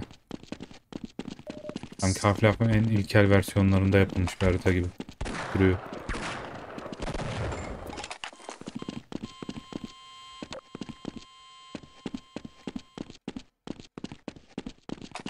İşte Von arayüzü gelmiş eskisi gibi. En çok gözüme batan oydu. Eski pikselli grafikleri gelmiş. Göstergelerin ayarları gelmiş. Gerçi ben ayarlayamadım ama bütme ayarını yapacaktım. Ondan sonra müzik hataları oldu. Müzik hataları gitmiş. Gelmiş. Can sıkıcı bütün hatalar düzelmiş yani. 7 tane de yeni harita geldi. 4 tanesi yeni yapılmış. 3 tanesi de eski.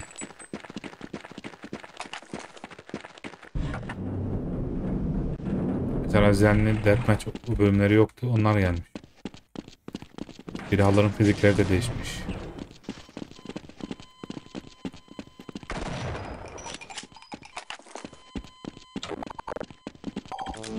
Biraz M-Mod'dan esinlenmişler gibi geldi bana. Valve acaba M-Mod'dan esinlenmiş olabilir mi?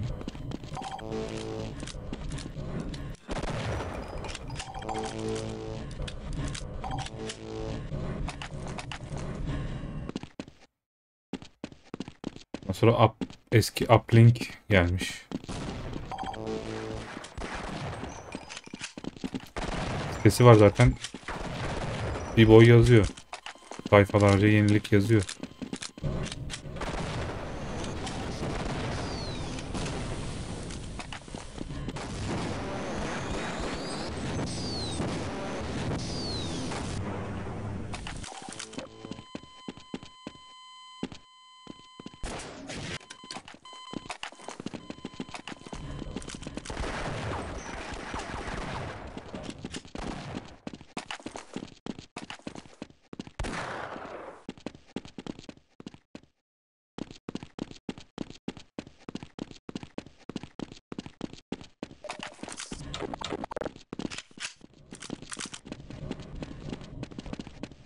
Yani 25. yılına yakışan bir güncelleme oldu. Valve'nin Half-Life'ı unutmamış olması güzel.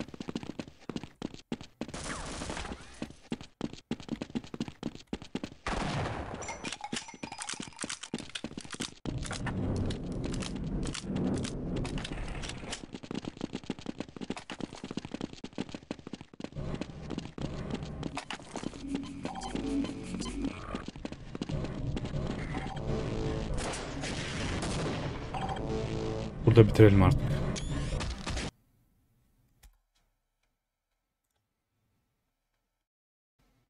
Bayağı oynadık yani. Kaç saat oldu?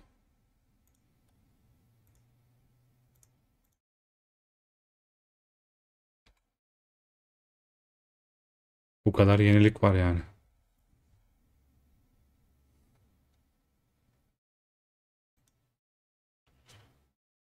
Tabii daha iyi olabilirmiş ama işte önemli olan oyunun güncellenmesi ya.